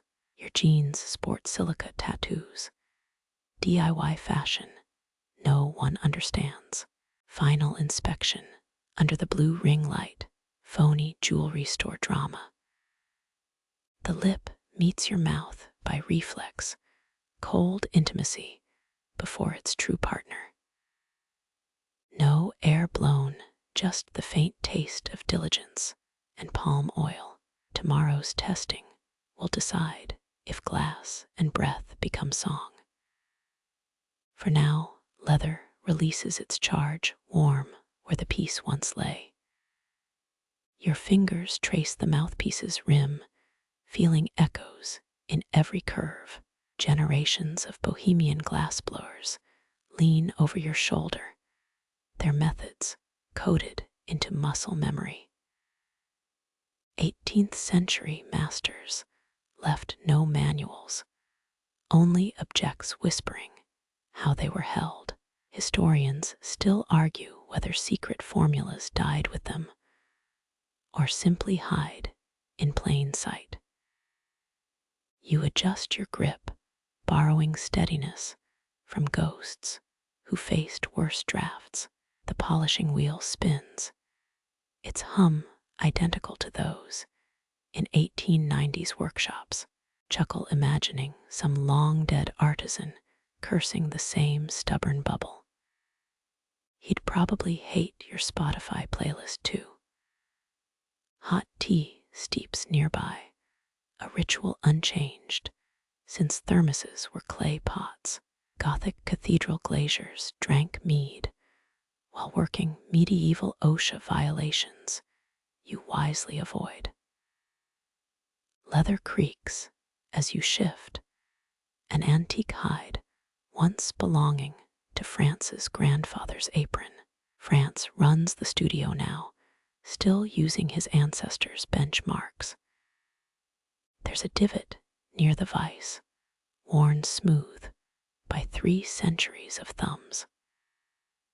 Some claim Venetian blowers buried saints' relics under furnaces, begging divine help. You settle for caffeine and well-timed swears. Pressure builds behind your eyes, the familiar urge to rush the final passes. Breathe deep, channeling patience from Mrs. Kovarick's stories. She apprenticed when women only decorated finished pieces. Prove her teachers wrong, steadying hands with her imagined nod. Legends say certain vases crack if disrespectful hands touch them. Your own work feels equally judgmental today. Blisters burn under gloves, reminders that calluses take decades to perfect. A Czech museum displays Ludwig Moser's palm print fossilized in glass dust. Yours will vanish with the next hand wash, and that's okay. Diamond grit sings higher as you find today's rhythm, an alloy of old and new.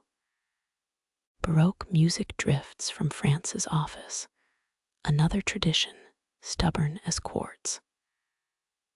Rotate the mouthpiece, checking for shadows in refractory index. 5 generations ago, craftsmen used candlelight for this inspection.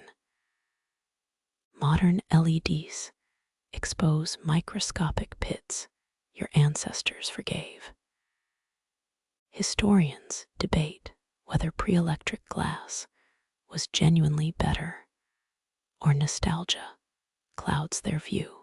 You compromise, using both lamp and instinct. Someone once smuggled Bohemian techniques to England inside hollowed baguettes. Theft or globalization depends on who tells it. Your current hunger makes bread sound heroic. Laughter lines France's eyes when you ask if it's true. He shrugs. Stories help the work.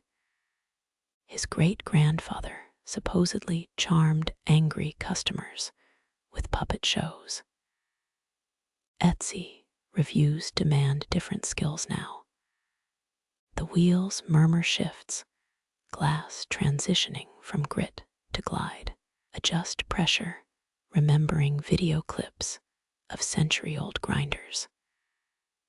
Their elbow angles, somehow softer, time-lapsed into elegance. You overcorrect, earning a squeal from the overworked diamond bit. Ancient Greeks believed glass was frozen lightning. Today it feels more like taming live wires. Wipe sweat before it falls, salt and silica make wretched face scrub. Thought of trying those viral anti-fog goggles, fashion clashing with tradition. A 1920s grinder wore opera glasses strapped to his forehead. He died tragically, complacent about ledges. Your safety gear stays borosilicate boring. Light shifts, sun angling through grimy workshop windows. Dust motes swirl like flakes in a snow globe someone forgot to shake. Count 3 rotations per breath, keeping rhythm with the grandfather clock downstairs. It survived 2 floods, proving some things persist with care. Woolworth's once sold Bohemian-style vases, mass-produced insults your mentors would have shattered. Final pass arrives, the point where hands move without consulting brains. Some part of you still expects old Ludwig's approval. His ghost feels cheaper on promo days, complaining about Groupon discounts. Your wrist flicks automatically, correcting a dip only experienced spots. Tomorrow's breath will judge tonight belongs to the masters. Leather sighs as you lift the mouthpiece, free from its cradle at last. Blue light reveals no scratches, only the faintest memory of summer's humidity war. Blow away clinging dust, mineral snow sparking before vanishing. Those unseen hands clap silently before dissolving into workshop shadows. Their work continues, borrowed again, through blisters and breath. The golden glow through the workshop's western window stretches shadows, knife-thin and quivering. Your lungs ache from hours of measured breaths, each exhale pinned to the piece's needs. Sunset bleeds across the tools, turning steel orange and glass into liquid memories. Deadline heat prickles your neck, a different burn than the furnace's kiss. Blisters pulse under cotton gloves, 8 small trophies earned since dawn. You rotate the mouthpiece, catching the dying sun in its curve. Bohemian workshops once timed deadlines by cathedral bells. 3 chimes meant tools down.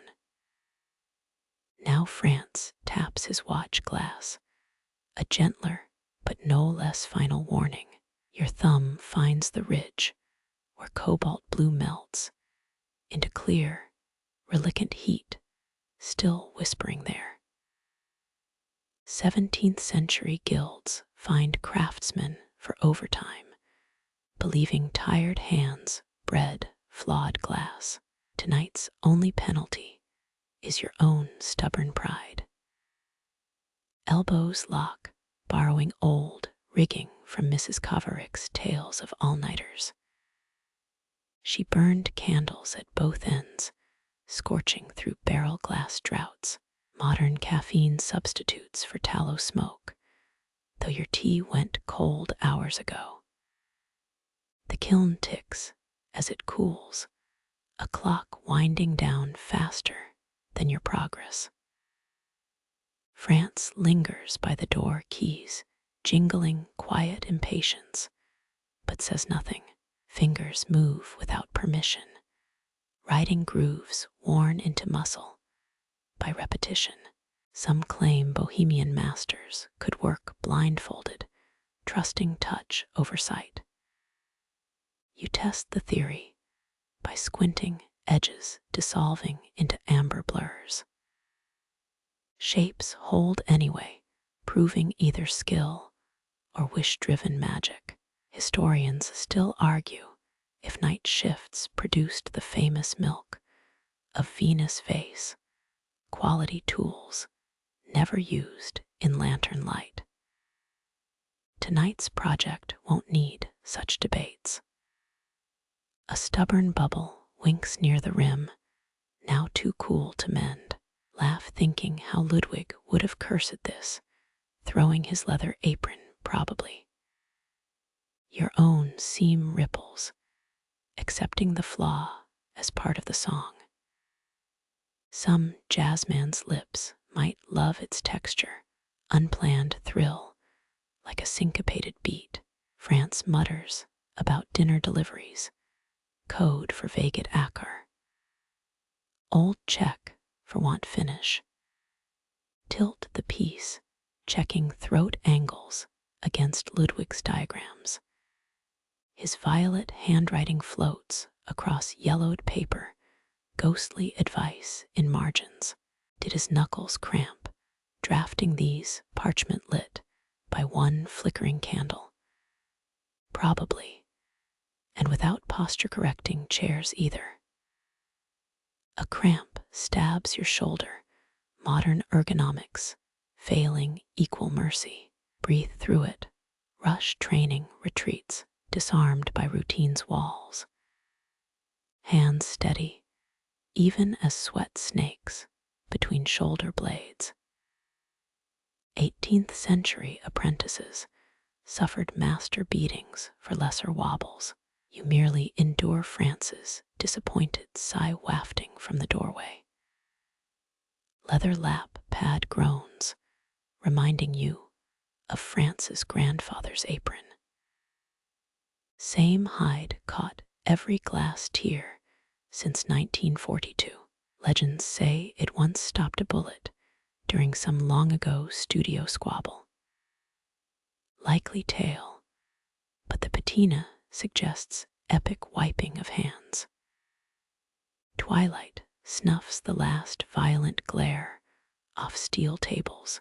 Overhead, LEDs click on cold modern blasphemy against the copper sunset.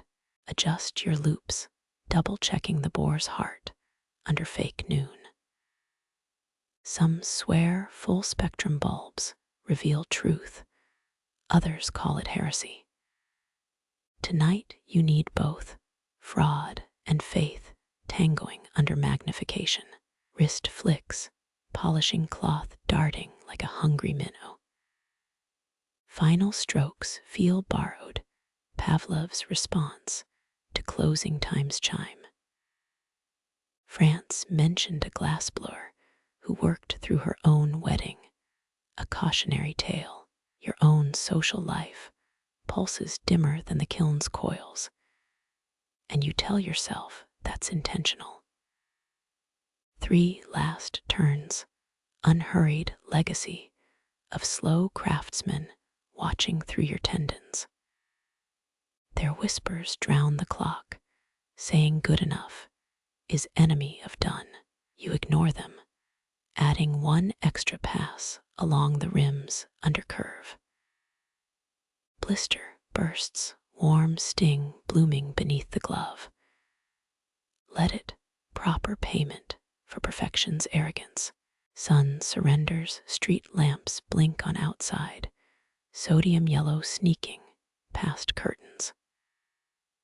Mouthpiece glows now under workshop lights, a captured sliver of lost daylight. Lift it, testing weight against palm lines, waiting for that silent click of rightness. France appears beside you, coffee breath and peppermint gum. He peers, chin jutting, dissecting your work with decades-long stares. A guttural noise escapes him, half grunt, half gospel hum. Johanna's kid arrives in 2 days to collect it, he says, already walking toward the coat rack. Don't love it enough to miss their train. Keys jangle, door creaks, sudden draft kissing your hot neck. Alone now, you cradle cold glass, its song still sleeping inside. Tomorrow, another's breath will wake it, but tonight belongs to pressured silence. Workshop bulbs buzz their neon lullaby, tucking raw edges into shadow. One last thumb rub along the mouthpieces, seem feeling 8 centuries of ghosts. Agree tonight enough. Floorboards moan as you stand, echoing protests through wooden bones. Switch off the main bank of lights, leaving only the kiln's red eye watching. Streetlight stripes paint the workbench, a glowing grid for tomorrow's prayers. Lock the door, cold metal biting your tired palm. Behind you, through wood and brick, the mouthpiece hums, holding its first unfinished note. Your lungs press air, not like a storm, but like the sea nudging sand. Slow swells roll from diaphragm to glass, each wave shaping the molten curve between your hands. Sunrise stripes the workshop floor honey-colored and still shy of heat. Night's cool clings, even as the furnace yawns awake behind you. Venetian masters practiced tidal breathing, 15th century scrolls boasting notes for deep core control. You never saw those manuscripts, but your ribs know their truth. Inhale 4 beats, hold 2, exhale 7, nursery rhyme of blowers. Count syncs with the wheel's lazy spin, no rush before breakfast. Some old-timers swore exhaling left nostril air made smoother glass, a quirk never disproved. You tested, nostril pinched, breathe like a congested ox, cough laugh into your elbow. No one's watching except Ludwig's photo smirking above the bench. Morning dew beads the vent window, each drop holding streetlight ghosts. Your lips purse, testing resistance, an invisible straw pushing against liquid gold. Historians still argue if Roman goblet makers inhaled through silk filters, far-fetched maybe. But today, you crave that luxury. The furnace exhales louder, orange glow, lungs breathing for 2. Air travels down the pipe, travels back 6 generations, reverbing Bohemian hills. Your great-great-uncle's journal described breath as bridge between flesh and fire. Corny, but fingertips agree, glass alive under steady streams. Molten gather rotates, a tiny planet awaiting atmosphere, cheeks hollow, not sucking, but inviting space into bone, making room for slow power. Humidity thickens, early August pressing sweat metals on your brow. Ravesh, the coffee guy, claims storm pressure alters blow patterns, swears he hears it in finished flutes. You suspect bad beans, but steam rising from your cup swirls counterclockwise today, proof maybe. A gnat zips into your airflow, meets glassy demise, adds unexpected carbon texture. Left palm cushions the pipe, right steers the gather, joints singing old hymns. Breath tilts, a boat leaning into river current, glass responding with liquid grace. Phoenicians trapped breath in bauble amulets, sold secrets of wind gods, or so museum plaques claim. Today you trap nothing, air moving through, then away, a visitor, not a prisoner. Flask of licorice water waits, weird trick Mrs. Nedble swore by larynx lubrication or placebo magic.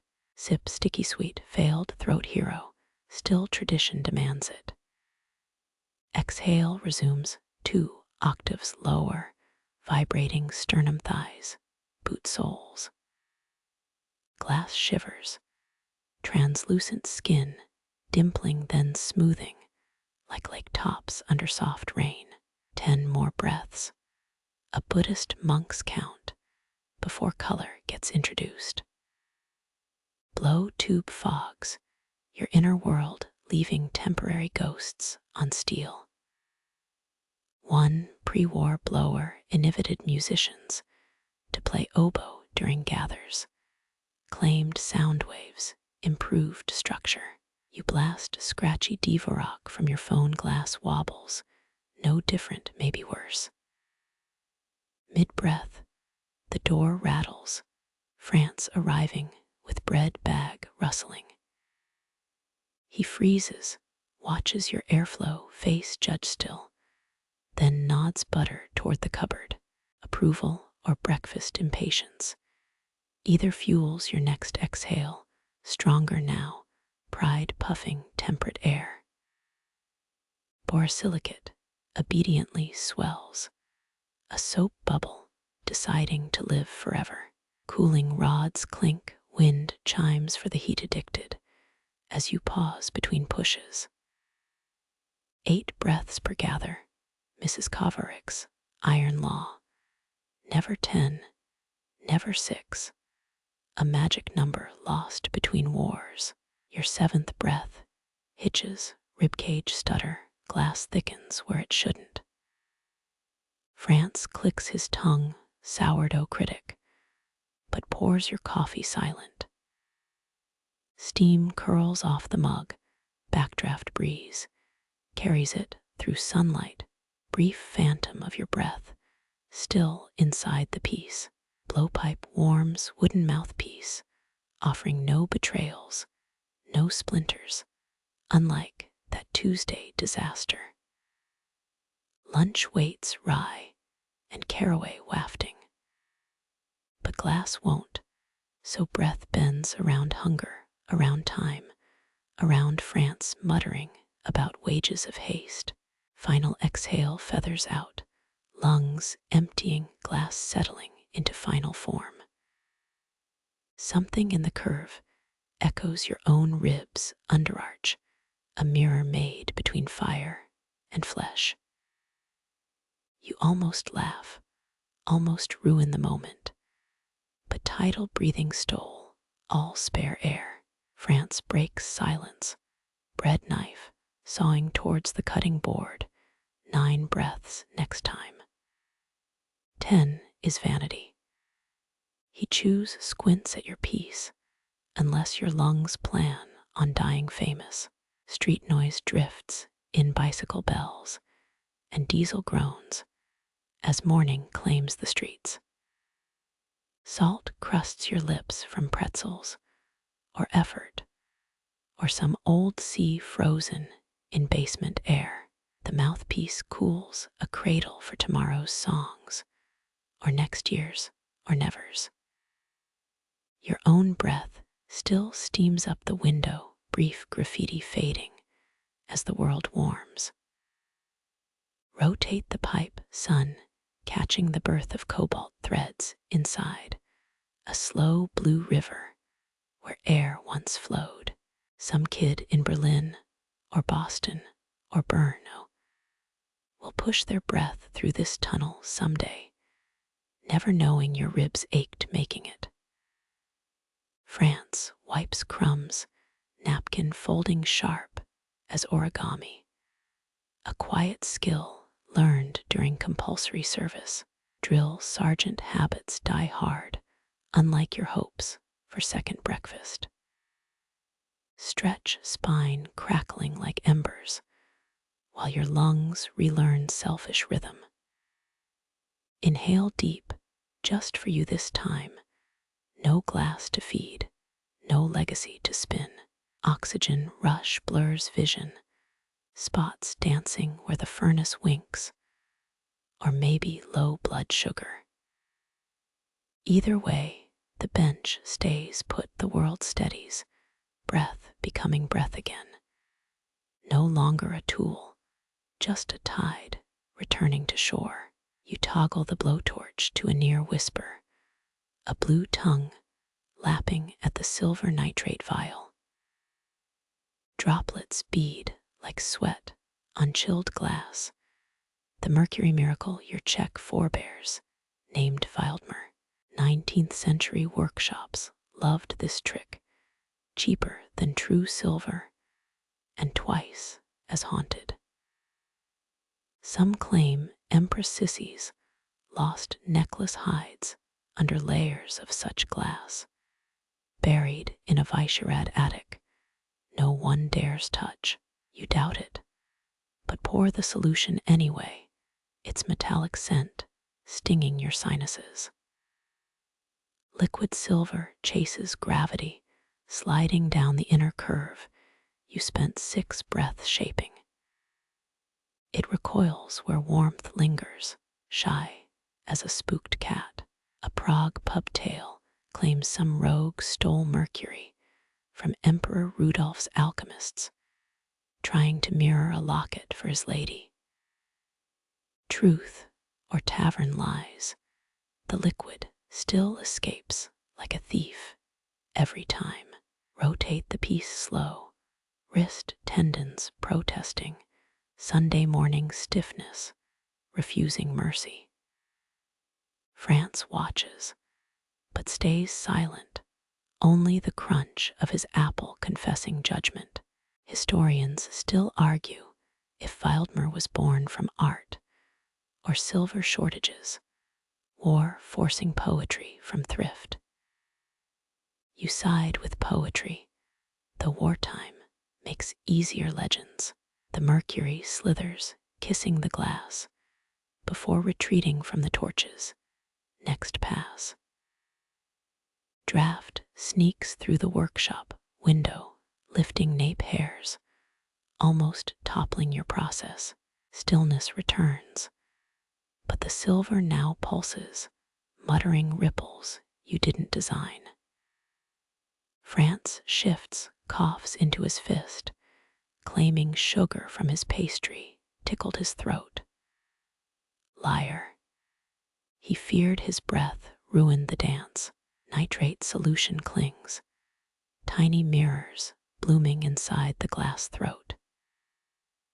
These were everywhere in 1850s parlors, peacocks showing off false jewels, goblets for bourgeoisie who couldn't afford sterling.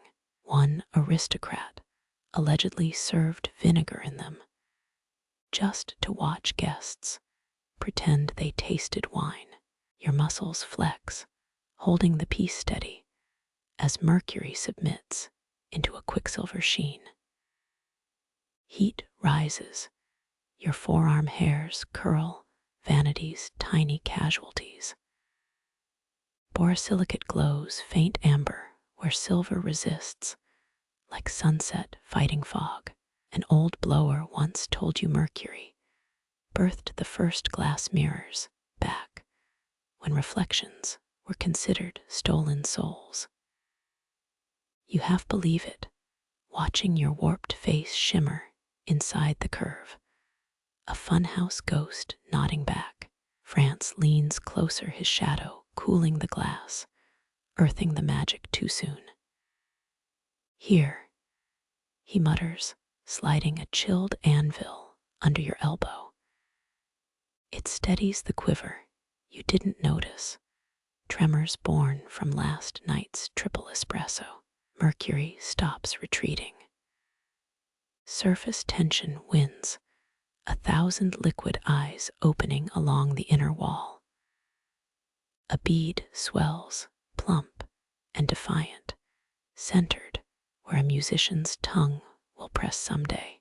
Some swear mercury coating deepens instrument tone, adds metallic richness to breath-made sounds. Physicists scoff, call it placebo poetry, yet 4 conservatories still request it. You nose crinkle allergies or skepticism as the bead bursts, juicing into foil-thin perfection. Not placebo. Alchemy. Cool down begins, the glass groaning faintly, silver hardening to ghost skin inside. France whistles low, an approval he'll deny if asked. The piece seems heavier now, not with weight, with secrets. Turn it slow, watch street lamps across the room replicate in its belly. A dozen tiny suns trapped mid-orbit. Breaks yours, breaks the spell, crisp air rushing around your sweaty collar. Your throat aches, you've forgotten to swallow, to blink, forgotten anything beyond the silver's fragile victory. France flicks the cooling rod, its ping jolting you back to mundane bones and coffee needs. The Mercury's ghosts stay behind, already forgetting your fingerprints, your breath, your human hurry. They belong to light now and time, and whatever musician discovers them next. The workshop exhales, settling around your silence, content to let the shine speak its borrowed radiance alone. Pale light slants across the workbench, slicing the dust motes into constellations. Your gaze drifts left, past the borosilicate pipes and graphite molds, to shelves murmuring with ghosts. 27 failed pieces, each claiming wall space like museum exhibits of regret. Some tilt lopsided amphoras, thick with self-pity. Others stand proud flaws polished into character, a geography of accidents. The nearest piece catches your stare, a moss-green mouthpiece with a wound. Its crack veers sideways, a river map cut short by jagged cliffs. Your third commission ever, 96 painstaking minutes, dust corrupted and hospice quiet. You almost hurled it through the window back when your temper ran at furnace heat. Now you nod to it, old soldier, when inspiration shrivels. Cracks crosshatch the glass army fractures that reframe the workshop's lone bulb into diffraction grids. Lean closer. Rainbows squirm inside the breaks. Prized false Venetian blowers, once twisted into Vantaggy streaks. They'd create intentional weak points, layering gold leaf into flaws. So cracks birthed glitter. Gossip claimed one maestro planned to fracture a chandelier, hoping trapped daylight would mimic candles. His guild burned the design, called it heresy against perfect glass. France shuffles behind you, mug steaming, eyeing the shelf's wounded counsel. Evening with the jury. His joke smells of chamomile and avoidance. He's never admitted keeping his botched bell jar, the one that imploded during its first kiln cycle. You found it 3 winters back, hidden under moth-cheaped ledgers in his office, secret totem. Your thumb grazes a deep blue tube, its fissures webbed like frozen lightning. Heat shock during annealing, your rookie mistake. Took 7 more failures to master cooling curves.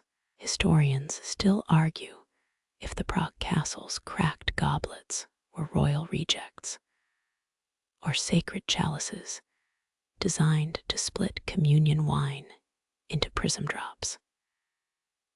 You imagine some bishop, tight-lipped, glaring at an artisan's improvement to holy vessels, half buried behind silica packets. A fractured ocarina glowers, the culprit of last summer's humid collapse. You'd ignored sticky air, tried forcing a form anyway, glass, grudgingly obeying for 3 turns before snapping. Old Roman workshops knew better, used summer mornings only for mosaics, piecing together flawed fragments into temple floors. Who notices one cracked tile when the whole floor glitters Athenian blue?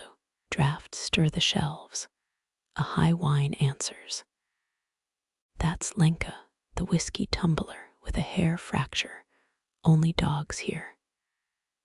France dubbed her claims she howls when rain nears, glass hygrometer. You tested it once, 3 drizzles, 2 silences. Still, Lenka gets extra polishing, just in case. Light pivots, flaws shift, the whole shelf rewrites itself. That chubby vase becomes a topographical model of Bohemian hills. The snapped-off flute neck, Venus's arm mid-gesture. You blink, and it's junk again.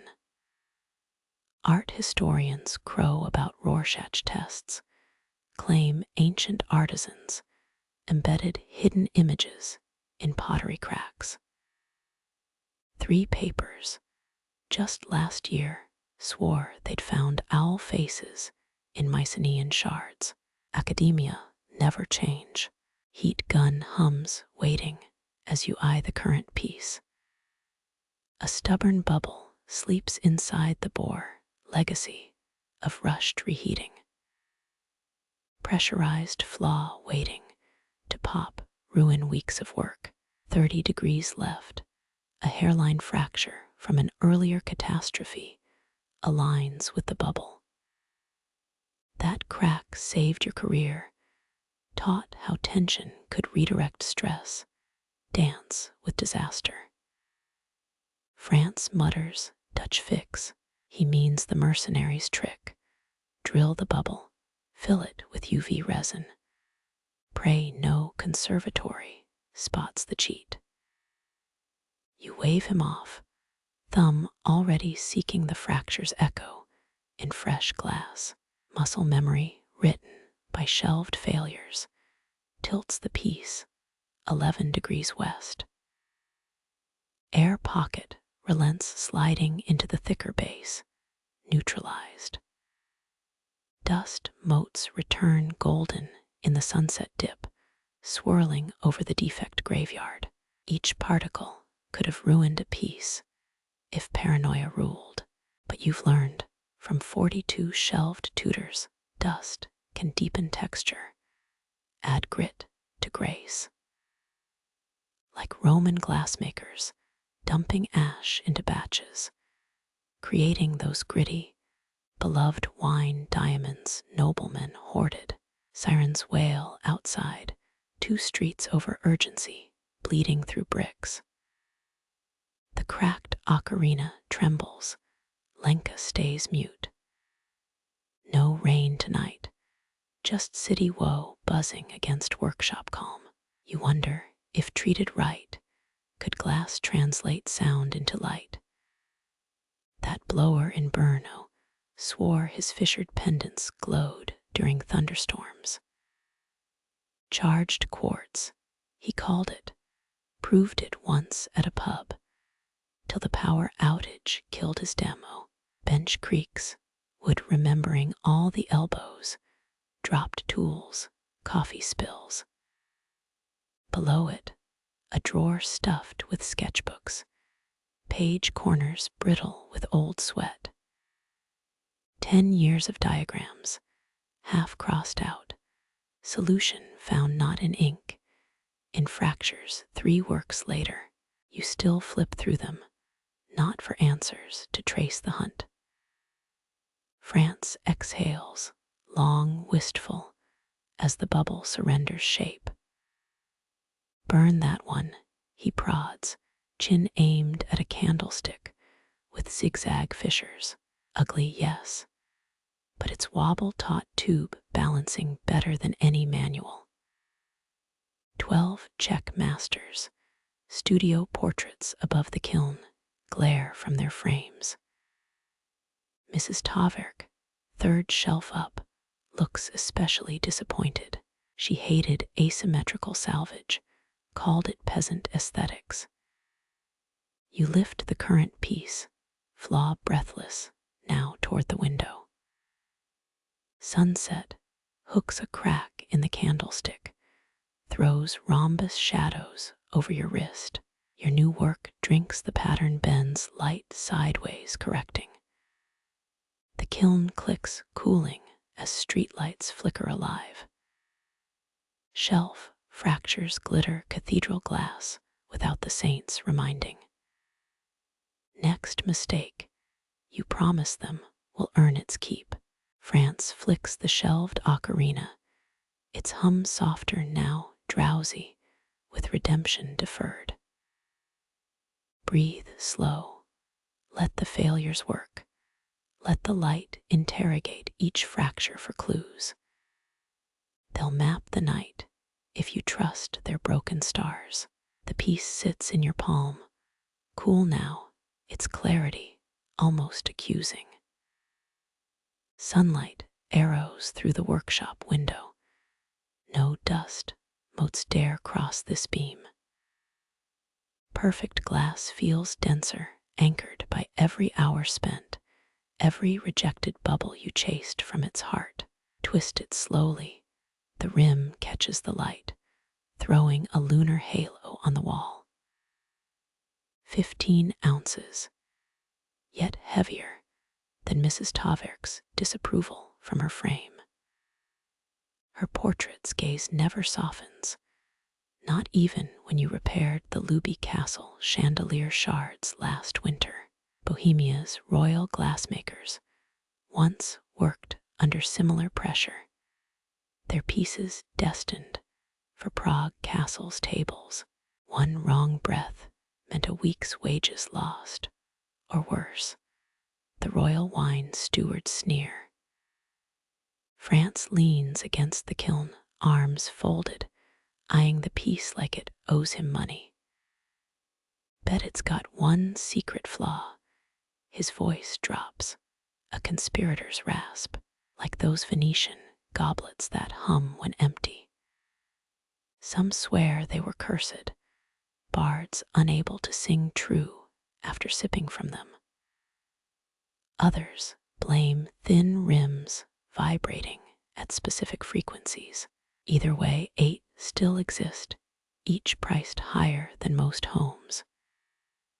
Your thumb tests the mouthpiece's curve, where your breath first entered molten chaos.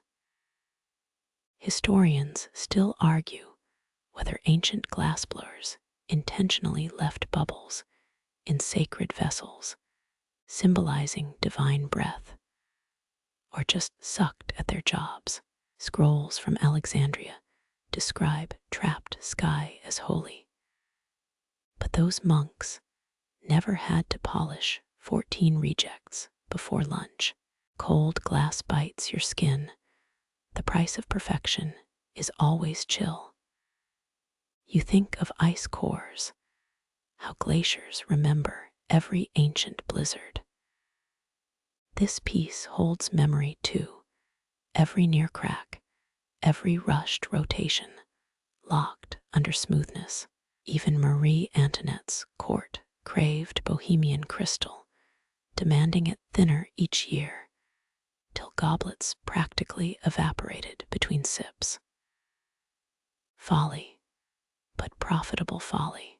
A scar on the workbench winks, remnant of the day. You slammed a mallet down, angry at uneven thickness. The dent stayed, lesson carved in oak. The mallet did not. Finding it took 3 days, buried in the alley's snowbank, minus its handle. France dubbed it Excalibur, hung it above the door as a monument to tantrums. Outside, rain starts needling the roof tiles. Lenka stays silent, her fracture dormant. Dry air won today. The piece in your hand remains unchanged. No flaws awakening, no phantom hums, just clarity, the unforgiving kind. France passes you a loop, your third eye for years. You scan the bore, battlefield instincts kicking in. No pits, no devitrification, just liquid stillness, like staring into a frozen lake, he murmurs. One pebble from shattering. Memories rise, those early years hunting glory in transparency. You'd discard anything with a veil of seeds, unstable cord, pink tinge from overworked metal. Now you know those flaws often saved pieces, salt in the dough of their durability. That cloudy flute above the sink, thick with imperfections, outsang every crystal sibling for richness. Rain drums harder, the workshop shrinks into lamplight. You hold the piece higher toward the window's failing glow. Light bends, pooling in your palm like liquid mercury.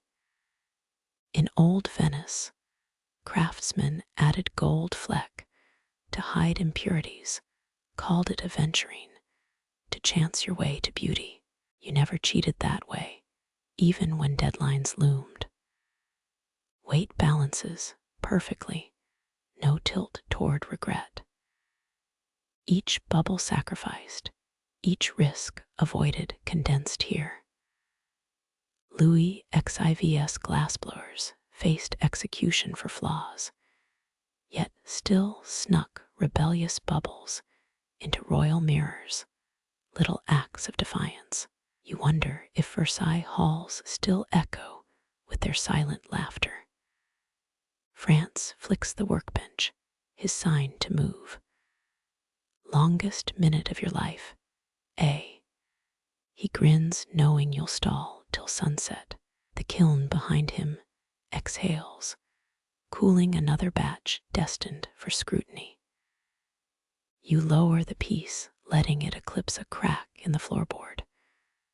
The flaw vanishes, swallowed by precision. That's the joke, perfection just hides wounds better. Traffic hums beyond the alley, another rush hour derby. The glass warms slightly in your grip, patient final. All tools sleep, tweezers, punties, jacks, dreaming of next week's quarrels. Rain thins to mist, gold hour leaking through clouds. You could float this piece on Mercury, like old masters testing bowl balance, or just trust your palms. They've carried heavier. France pulls a cloth from his apron, stained with last Tuesday's solder. He offers it honor guard for the piece, though his sleeves still bear singe marks from your first joint project. Sheepish grins, panic, the fire extinguisher's theatrical debut. Your fingers tighten, still no tremor even as sirens startle pigeons outside. The piece absorbs it all, your pulse, the room's breath, the distant city wail. When it leaves, it takes a sliver of the furnace's voice with it, memory sealed under polish. Shadows stretch, long fingers grazing tool racks. Dar shelves, the jury of past failures. They lean closer tonight, silent jurors, approving this one verdict.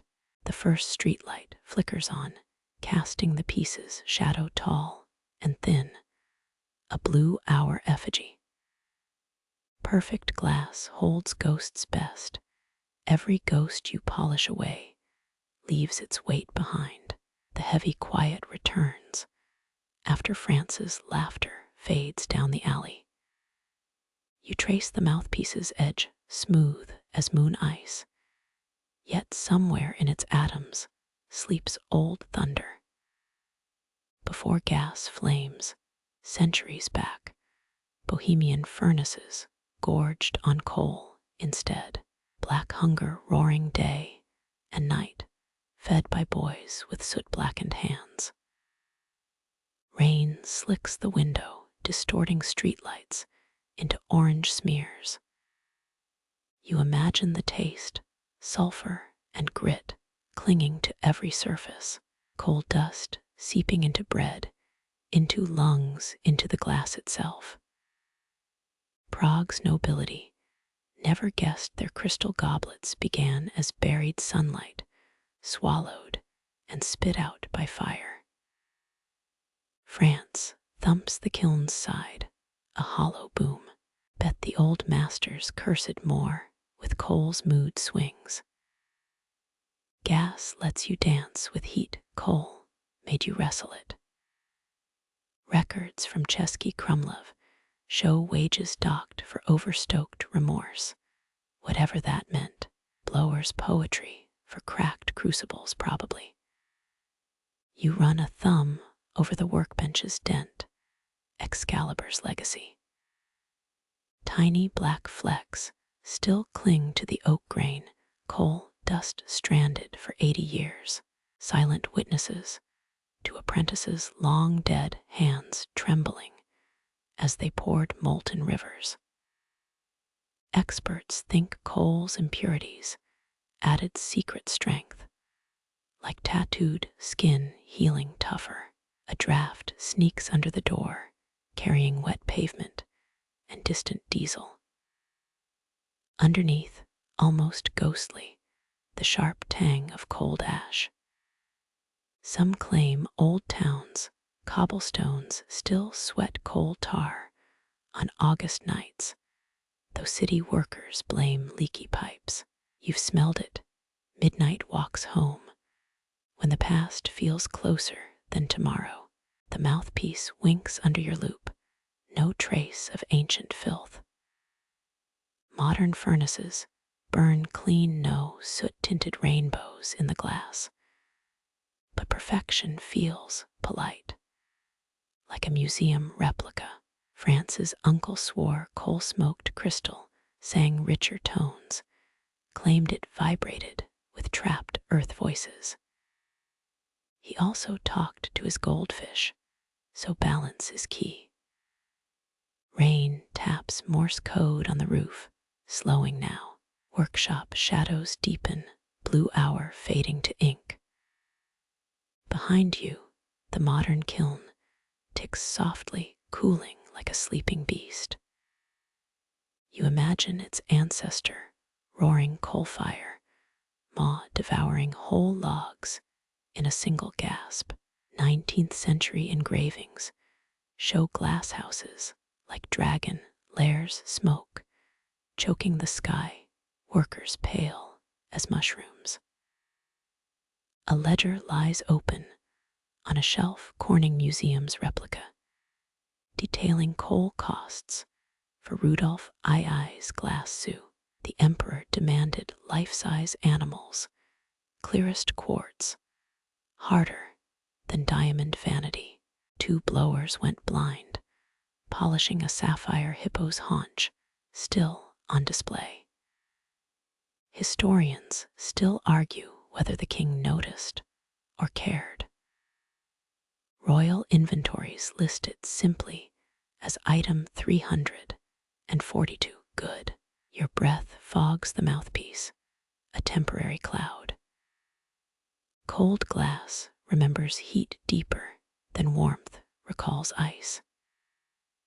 Ledgers from 1701 mention black salt added during melts, probably powdered coal to stabilize sickly batches. Alchemy or accident. 7 recipes survive, all contradicting each other. Streetlight glare stripes the floor guillotine sharp. France leans into it, playing shadow puppets with a punty rod. His fingers twist, casting a rabbit, a swan, a stumbling bear. King Cole's court, he chuckles, nodding at the shapes. Forgot to invite fresh air. Whole villages coughed black phlegm, paid in fame and early graves. You balance the mouthpiece on 2 fingers, testing. Invisible alignment, critical for a musician's embouchure. Some craftsmen practiced with coal chunks, turning them end over end without dropping. calloused saints of patience. Your own wrist aches remembering that summer you juggled zircon molds, alone and sweating. Rain surrenders, drips fading to silence. The alley cat emerges, black fur gleaming like fresh pitch. It eyes you, tail flicking, some phantom itch. Cats ruled those soot-stained workshops, mousers promoted to furnace guardians. Workers shared lunches with them.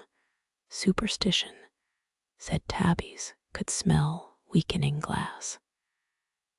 You set the piece down, gently, its shadow pooling like spilled ink.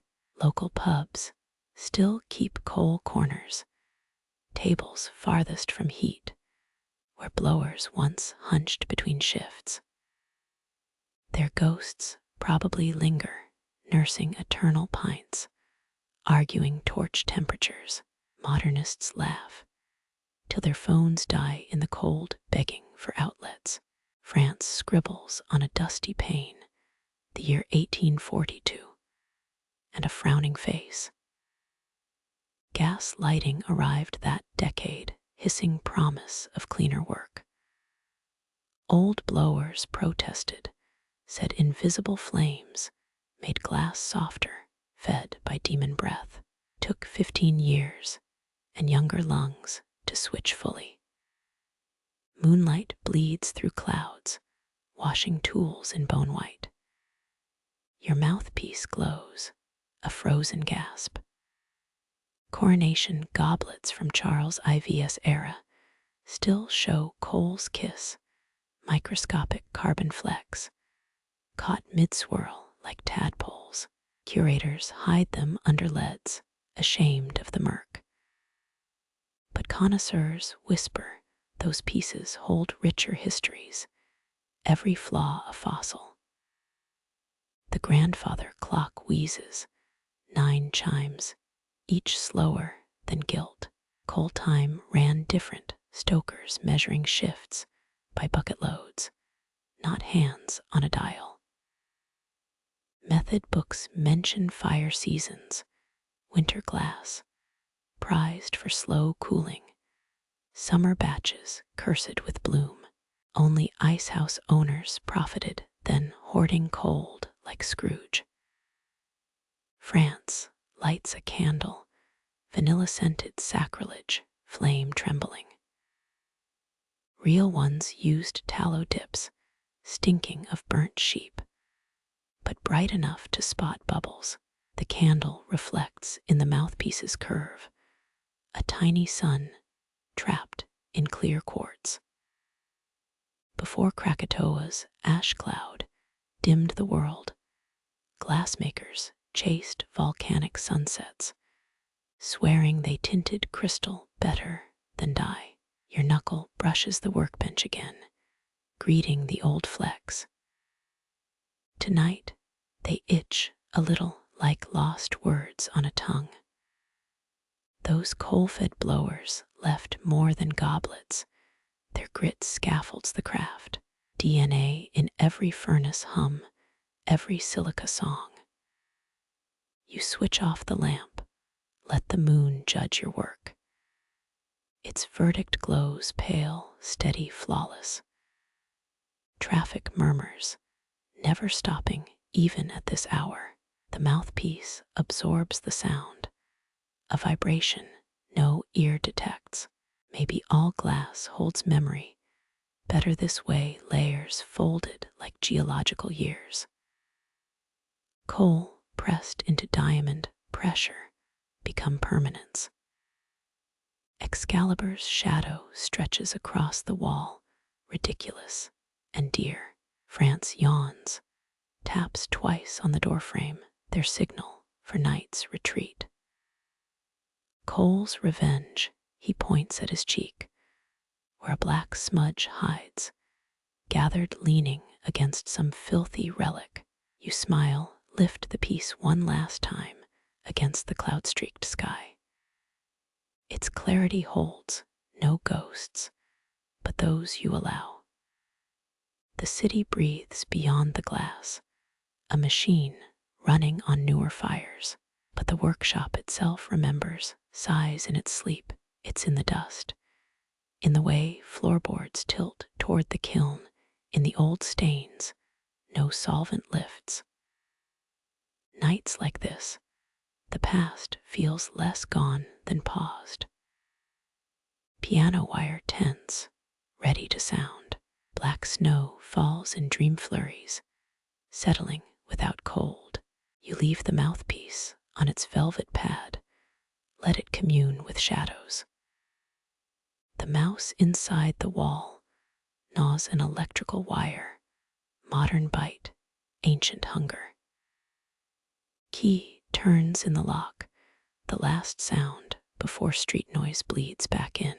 You descend rain-slick steps, coal dust under nails, though none left here for 50 years. The mouthpiece sleeps where you left it, already dreaming of breath. Midnight's damp breath seeps through workshop cracks, air thick as spilled syrup. Rain may have stopped hours ago, but pavements still sweat, rising mist kissing glass curves. You watch the mouthpiece's surface, its flawless shine drinking the room's wet whispers. A ghostly bloom threatens, like frost forming on a blade.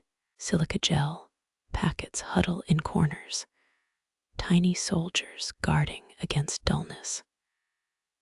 Their granular hunger never sleeps nor blinks, devouring moisture molecule by molecule. Modern sentinels replacing charcoal blocks, and salt heaps, old guardians from steam era workshops. Prague's Museum of Decorative Arts displays one from 1893 labeled Dampeter, Master Praski's patent, unopened, still plump, with centuries of swallowed damp. You lift a gel packet, crunching its beads like plastic rice. France calls them industrial tapioca, jokes about baking humidity muffins. A faint chemical tang escapes, clean and sterile, nothing like the vinegar-soaked rags blowers once hung near annealing kilns. Records from Rudolph II's court mention apprentices fanning hot glass with peacock feathers to chase away wet breaths, a feudal elegance. Condensation pearls on your brow, tracing the same paths as furnace sweat. Humidity softens your spine, liquefies urgency. Glass knows this enemy too. Water trapped in its silica soul becomes steam bullets under flame. 17th century goblets exploded at royal banquets, dousing nobles with shrapnel and wine. Courts blamed poisoners, till a Venetian exile demonstrated humidity's wrath with a dew-logged vase. A desiccant dehumidifier hums near the kiln, a white monolith exhaling dry warmth. Machines handle this war now, fighting what drafts and wool-stuffed windows once battled. But humidity cheats, clingier than a stage 5 clinger in a rom-com. Someone should invent a Tinder for airborne water molecules. Swipe left on damp, right on aridity. You slide the mouthpiece into an airtight display case, glass meeting glass with a protesting squeak. Silica warriors line its base, blue beads ready to blush, pink at first moisture. An old wives' tale claims blowers swallowed these beads as humidity vaccines, which explains certain cryptic coroner reports from 1886's Litomris. France swears he tried one as a dare, tastes like chalk and regret. The workbench wood groans, swollen joints protesting midnight damp. Even brass calipers stick like they've forgotten their purpose. Historians still argue whether Renaissance workshops controlled humidity intentionally or just prayed harder during muggy spells. Prague's oldest guild ledger lists rain tax against ungodly mists paid direct to church coffers. No refunds on divine interventions, apparently. Moonlight slants through a high window, spotlighting dust motes, drifting lazy as drunk fireflies. This air could grow mushrooms, could ferment procrastination into vintage stalling. Musicians dread this swampy kiss, woodwind pads, sticking reed cases warping. Your creation sits unscathed, for now polished quartz, holding its breath against the siege. A single bead in the case flickers, now pale blue, now faint lilac, humidity testing the perimeter, probing for weakness. Gel manufacturers swear blue means safe, pink means panic. You imagine Victorian curators licking display cases, human hygrometers gauging salt on the tongue. Some still do when fancy lab equipment fails, old habits rising with the damp. The alley cat presses against the door, fur matted from prowling wet streets. You let it streak inside, a bolt of liquid shadow shaking droplets everywhere. It leaps onto the display case, nosy as any critic, leaving paw prints on the glass roof. Cats once patrolled Egypt's granaries, hunting moisture-loving rats, their dehumidifying service prized over catching vermin. Dawn lingers hours away, the worst humidity crowding between 3 and 4 a.m. Tiny threats gather quiet as mold spores plotting revolution. You flick on a dry box lamp, UV light sterilizing the air around your piece, modern magic mimicking desert winds, scorching unseen enemies. France's forgotten coffee mug sweats, rings onto a guild manual from 1952, the pages buckling like miniature topography. Old-timers swore summer humid glass sang different, duller tones like voices stuffed with cotton. The Leneva Philharmonic still retunes their hall every August, blaming haze-thick air on clarinet pitch. A bead in the case surrenders, pink blushing through its center, humidity's first flag planted. You swap it fast, a fallen comrade dropping the traitor into a mason jar of rice. Rice, nature's backup desiccant, humble and gluten-free. The mouthpiece remains untouched, its curves still sharper than a soprano's high C silence, thickens between dehumidifier cycles, heavy as wet wool hung to dry. Glassblowers once buried finished pieces in oat grain for 2 weeks, letting slow dehydration leach away moisture. Parish records from Kutna Hora show 3 suspected witches, all millers' wives, arrested for drying sorcery via barley. Their truth lost to mildew and trial fire. Your shirt sticks to the small of your back, an unwelcome second skin. The mouthpiece watches cool and indifferent as you peel fabric away with a wet smack. France texts a blurry photo of his bathroom mirror, fogged into oblivion caption. Occupied sauna, bring lurily. You reply with a bead bowl, all blue secure, knowing he'll laugh tomorrow. The workshop clock drips seconds like a leaking faucet, time itself, growing damp. 5 a.m. humidity is sly, masquerades as cool freshness while sabotaging adhesives and tempers. Baroque violin makers timed glue work for this hour, believing collagen bonded deeper in despair. Romantics, or masochists, depending on the luthier. A bead near the case, latch blushes pink.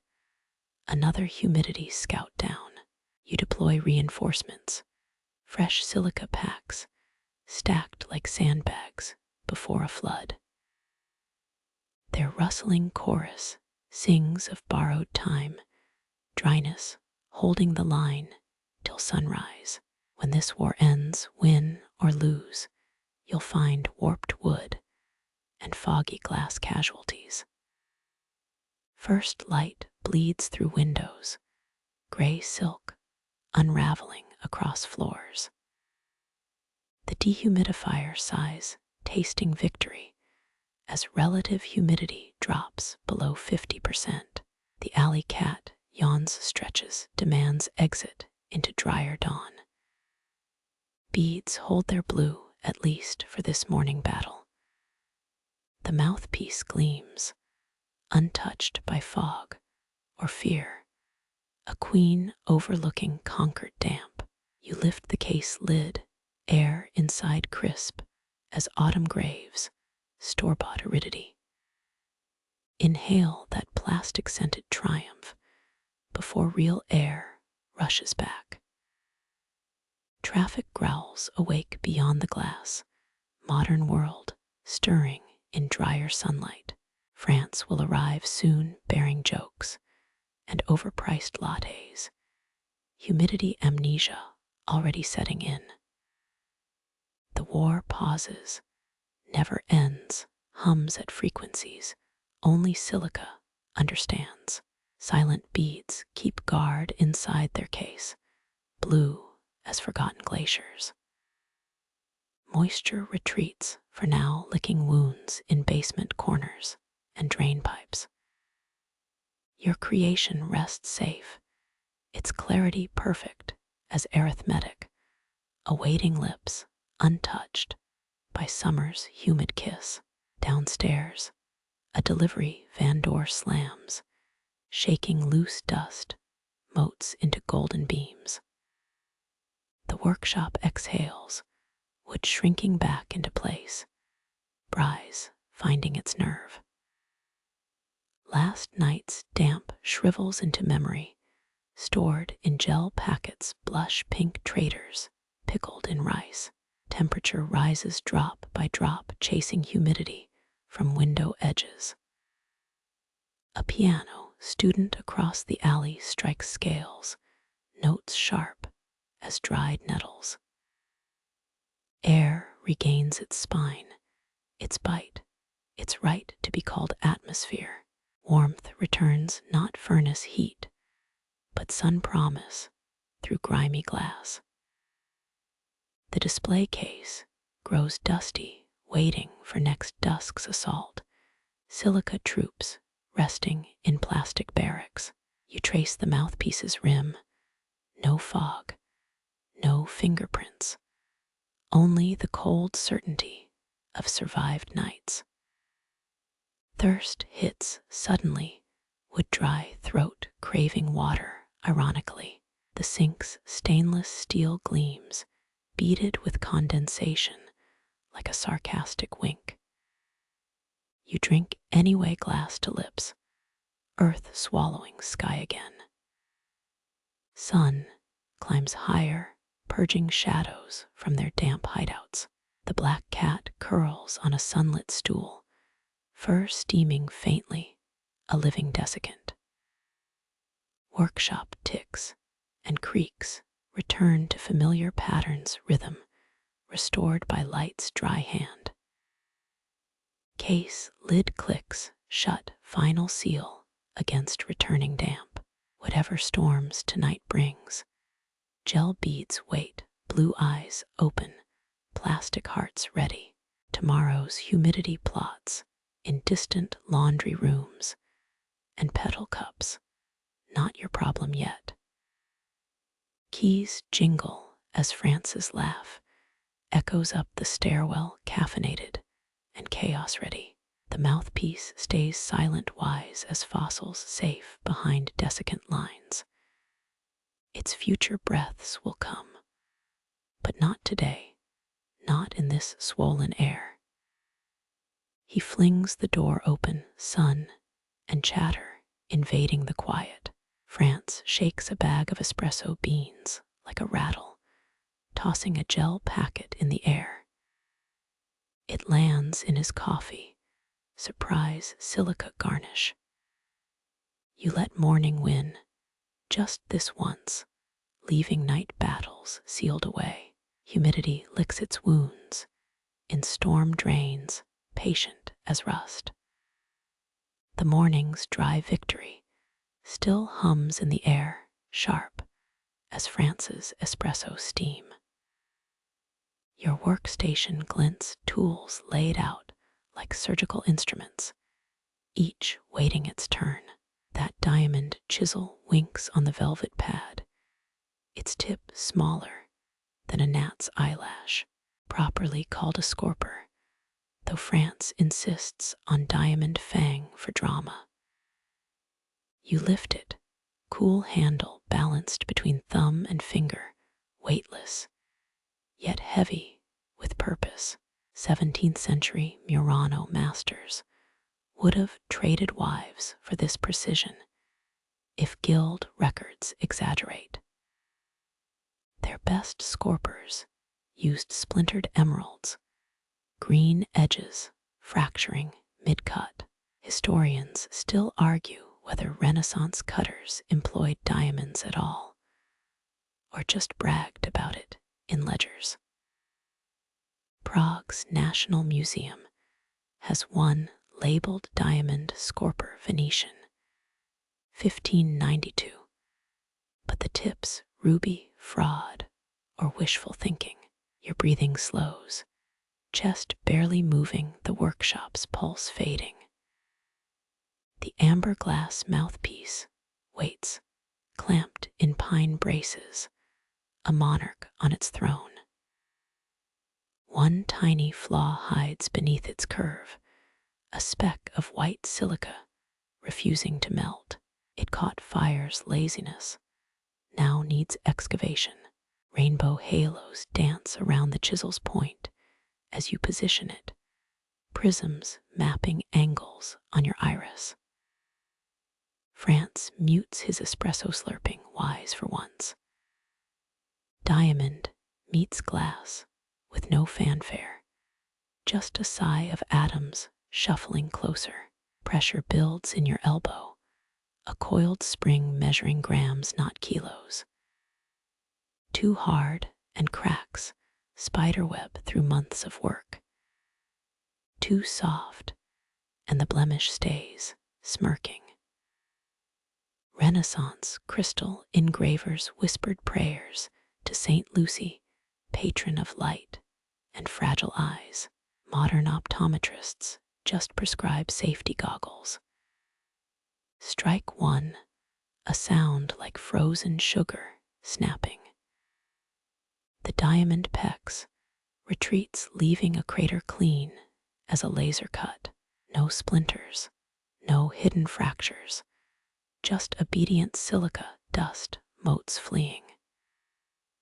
This crystal used to be beach sand, Mediterranean grains melted and reborn. Imagine telling that to a seashell. France leans closer, his shadow almost blotting the work. Then remembers personal space exists. He mutters granular surgery with coffee breath. You shoo him back with the scorper, its tip gleaming under task lights. Second strike, a precise kiss beside the first chip. The flaw's edges soften, retreating like mean gossipers confronted. Czech folklore claims glass remembers every hand that shapes it, 1,000 fingerprints baked into clarity. Today's lesson: glass also remembers haste and distraction. Rotate the piece on brass gears, 1/8 turn. Your knuckles whiten not from force, just focus burning through idle nerves. Diamond tips failed often in medieval workshops, stones fracturing mid-stroke. Workers blamed glass demons, saboteurs, summoned by rival guilds. Account books show regular payments for exorcism wine, likely drunk by exorcists, not applied to tools. Third strike: a crescent of flawed glass leaps free, catches sunlight, and dies on the worktable. The tiny scar now shines, honest as a confession. Trapped light bleeds out, no longer muted by imperfections. Baroque engravers called this freeing the captive angels, kitsch, but oddly accurate. You brush silica dust with a sable brush, each bristle softer than a baby's sigh. The void left behind winks, a miniature cave begging for exploration. France fakes a microscope gesture, peering through imaginary lenses. Did you carve the Bohemian crown jewels in there? A joke hangs on your tongue, something about engraving his epitaph. But focus glues lips shut. Fourth strike, broadening the cavity, walls smoothed by nanofriction. Diamond never loses its edge, just its willpower if overheated. Coolant drips from a pipette, distilled water beating on the glass curve. Steam whispers up, ghosts fleeing the diamond's insistence. Ancient Egyptian jewelers cooled lapis lazuli with urine, the ammonia preventing cracks. Stick to H2O for now. France's espresso already fumes nearby. Fifth strike, final pass. The chisel trims microscopic ridges inside the hollow. Perfection's a myth, but adequate polish makes gods of mortals. One slip, and the mouthpiece becomes a 60-hour ashtray. You lower the scorper, its duty done. The glass borehole gleams, edges crisp as midwinter starlight. France exhales, his held breath escaping like a punctured tire. Wasn't sure you'd nailed it till the end, he admits. Examine the cut with a loupe, distortion-free, lens magnifying your victory. No stress marks, no cloudy aftermath, just clarity falling through itself forever. 19th century forgers used acid to mimic this finish, then got rich selling Roman crystal gouges to British lords. Clean the chisel tip fast, diamond against denim, erasing any silica clingers. Neglect this, and next week's pharaoh bead cuts become jagged nightmares. France retrieves the fallen glass fragment, holds it to the window, squinting. Could have sworn this had a dinosaur inside. The mouthpiece sits purified, its former flaw, now a lens luring light deeper. Tradition says glass sings after being carved, molecules vibrating at new frequencies. You test it, tapping the rim with a fingernail. Clear high C rings back, untouched by humidity's earlier threats. Chisel back in its case, velvet nest, cradling the world's hardest substance. France polishes your achievement, with his sleeve, leaving 10 new fingerprints for irony. Outside, traffic's crescendo builds, a diesel chorus, counterpoint to your delicate chisel song.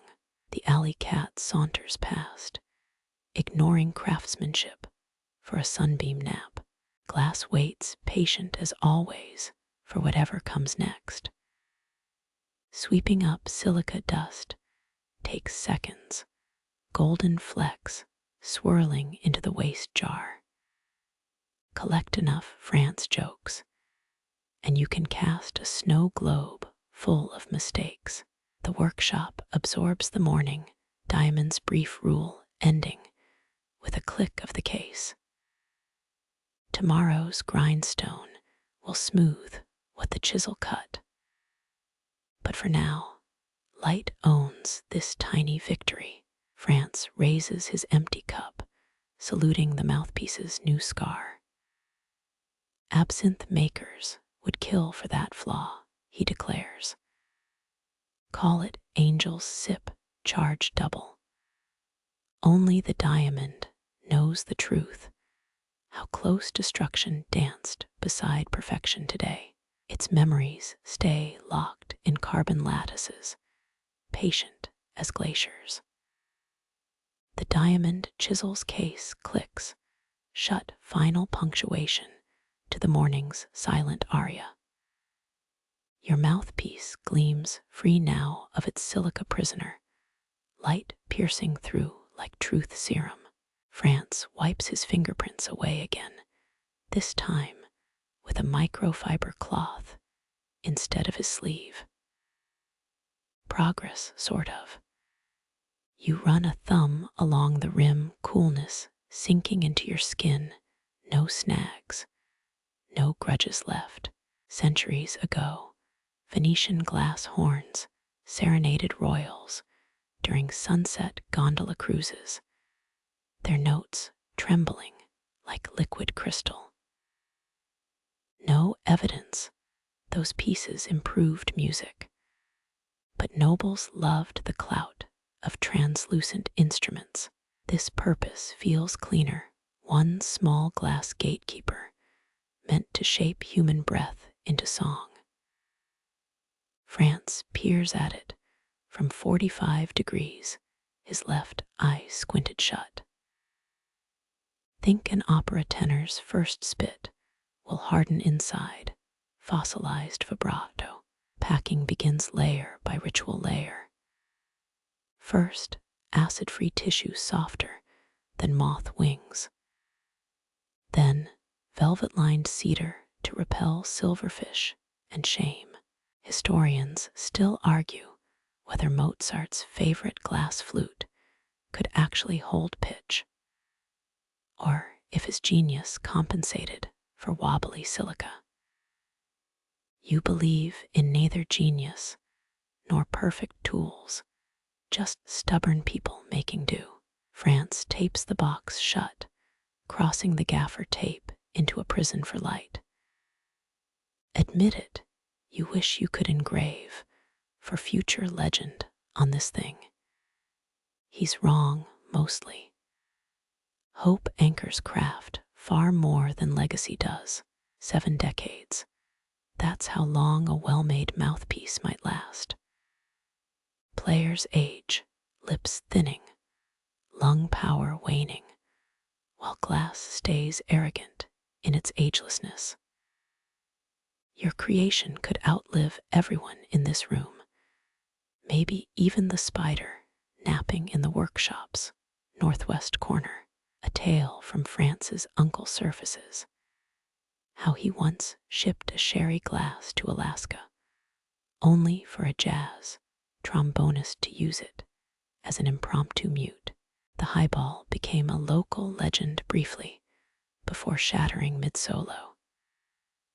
Gramophone ghost now haunting E-flats, he insists while labeling your package. Insurance forms wait, dry bureaucracy, needing your scribble. Beneath declared value, you write 117 instead of numbers, following global specs like some obedient monk. Across eras, artisans hide jokes in official records, Renaissance woodcarvers signing chests with stick figure dragons, tiny rebellions against utility's tyranny. The box feels terrifyingly light in your palms, all that labor reduced to grams. Shipping clerks famously care less than glaciers, yet affection floods you for their indifference.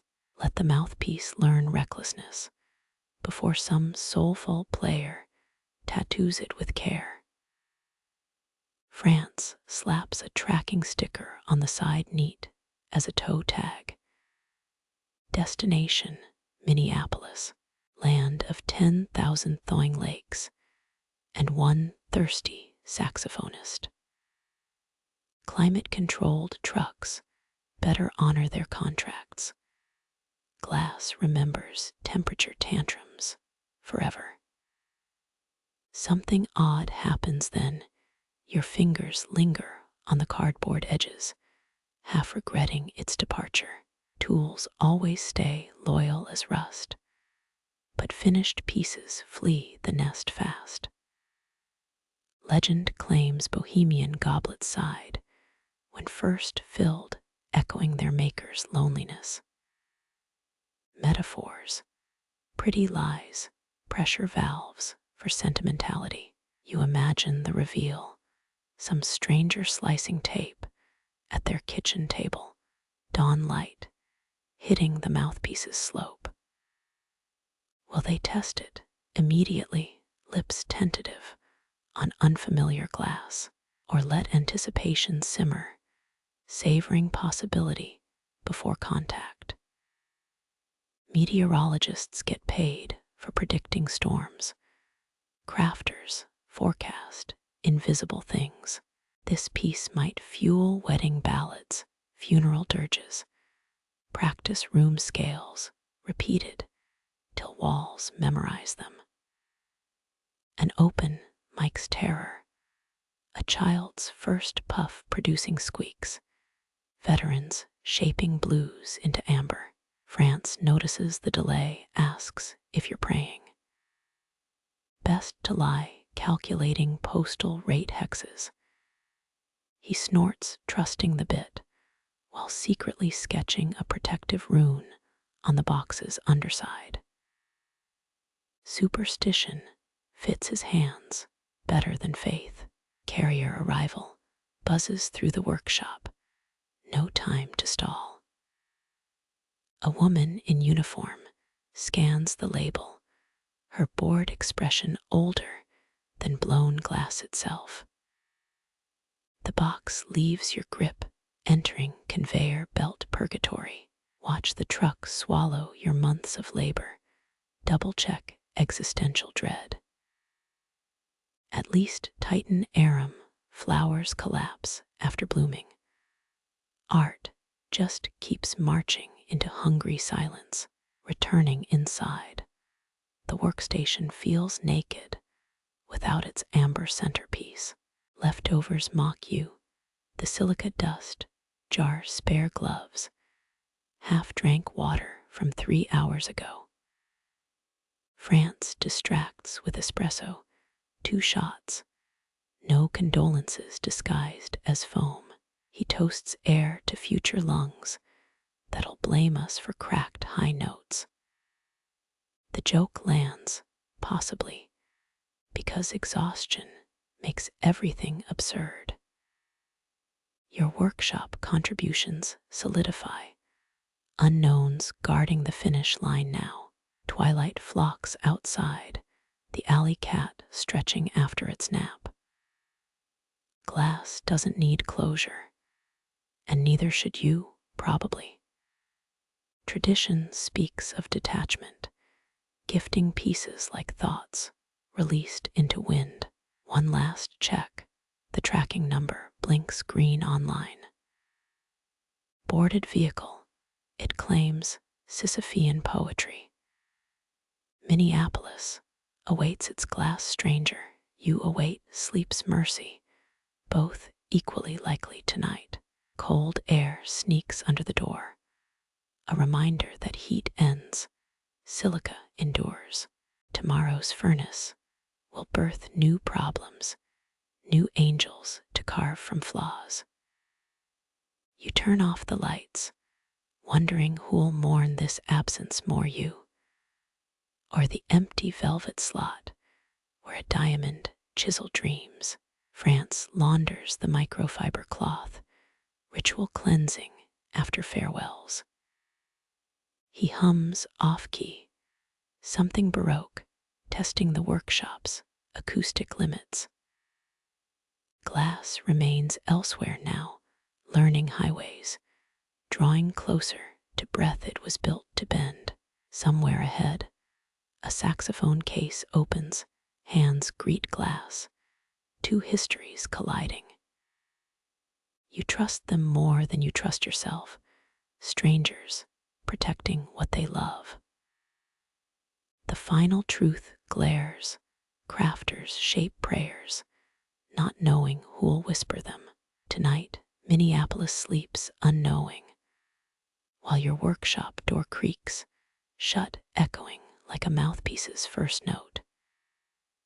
Midnight licks the furnace bricks, their glow shrinking hour by hour. You kneel on grating that's forgotten knees, palms testing radiant leftovers. This great beast fed your craft for 83 days. Now it sighs into retirement. Coals crackle lower, flashes of orange fight the creeping ash blanket. Bavarian castles, once ordered stained glass crests, by the dozen medieval flexes melting sand into propaganda. Some servants allegedly stole cobalt scraps, crafting tiny animal charms before dawn patrols. Their kilns glowed like this, brief and secret, before daybreak erased the proof. A final gather tempts you, one last pull from the beast's cooling throat. Your pipe kisses molten remains, a half-hearted blob clinging like burnt caramel, its etiquette giving proper thanks before shutting a furnace's eyes forever. The blob glowers, not quite golden, not yet corpse gold. France emerges, hair matted from failed sleep, bearing 2 chipped mugs, toasting its funeral, or are we baptizing tomorrow's trouble? His jokes falter, voice still foggy with dreams. Kiln shelves stand half empty, like neglected chessboards.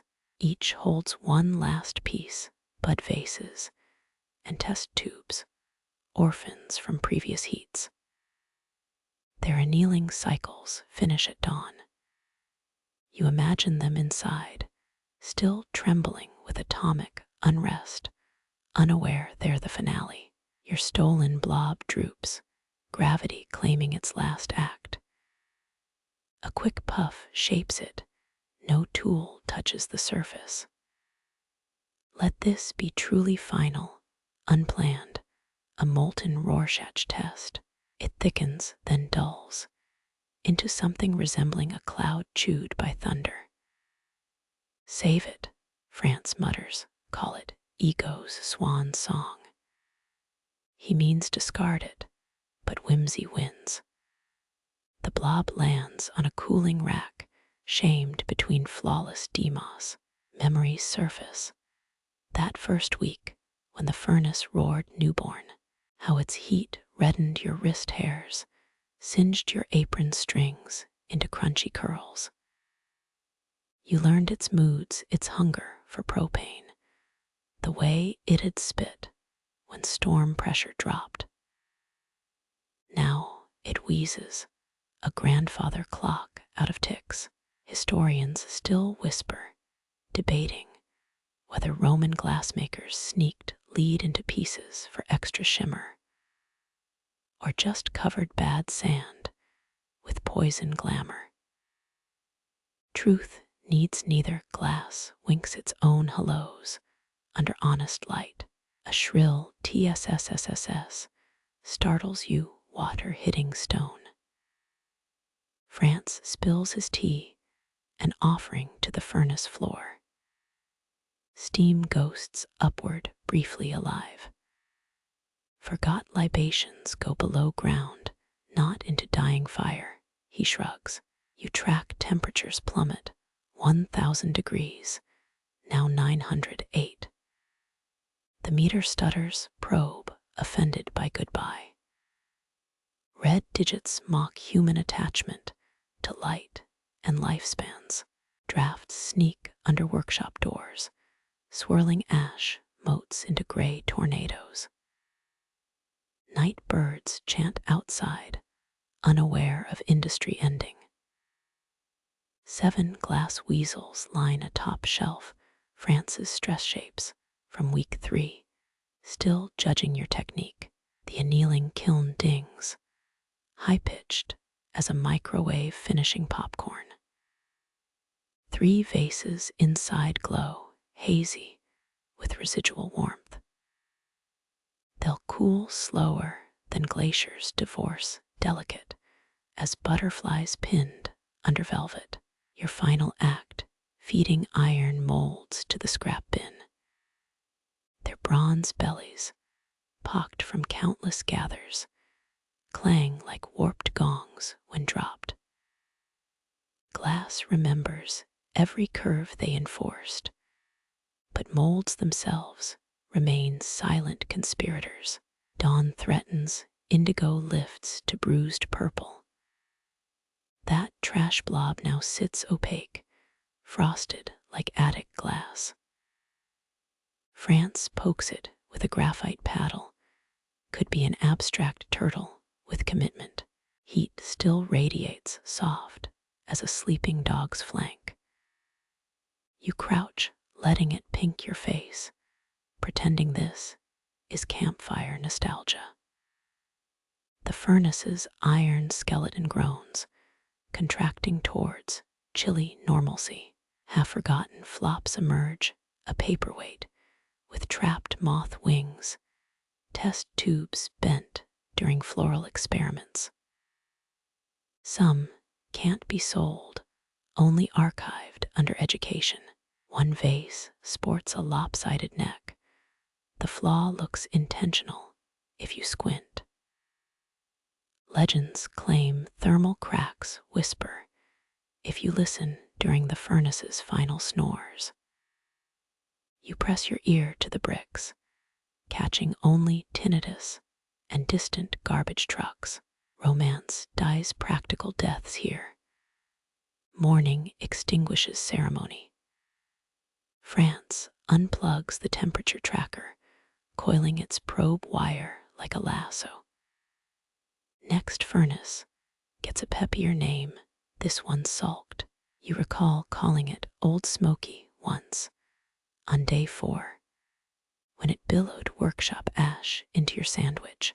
Annealing kiln's window reveals the last batch, plump as duck eggs under infrared. Amber, cobalt, crystal, each holds its breath for the world. By noon, they'll wear room temperature skins, ready for inspection. Furnace bricks cool faster now, safe to brush fingertips over their pebbled skin. Their heat lingers in memory, not metal. You stack fire blankets atop the beast, tucking it in for retirement. France yawns loud as trombone practice, while boxing discarded blowpipes. Bet Montreal's glassblowers are just waking up, cursing their own dying fires. A rivalry joke, stale by decade 2, but routine soothes. Fridge light reveals lunch leftovers, 3 pickles floating in brine, a cheese heel harder than quartz. Survival fuel until the food truck migrates back at 11. The workshop feels hollowed out, not empty, but paused mid-story. Tools sulk in their drawers, mourning purpose. Your stool creaks, radio murmurs weather reports, and somewhere Minneapolis sleeps with your past inside it. Blinking clears grit from your eyes. The trash blob turtle winks under fluorescent beams, a felony against art. You pocketed a fossil for some future desk, proof that endings birth ugly truth. Sunrise stripes the floor, clean as laser cuts. Outside, commuters honk, birds riot. The city resumes forgetting how glass gets born. You inhale coolant and dust, last fragments of yesterday's inferno. Annealing kiln coughs, done digesting its final meal. The door creaks open, gust, stealing warmth like a purse snatcher.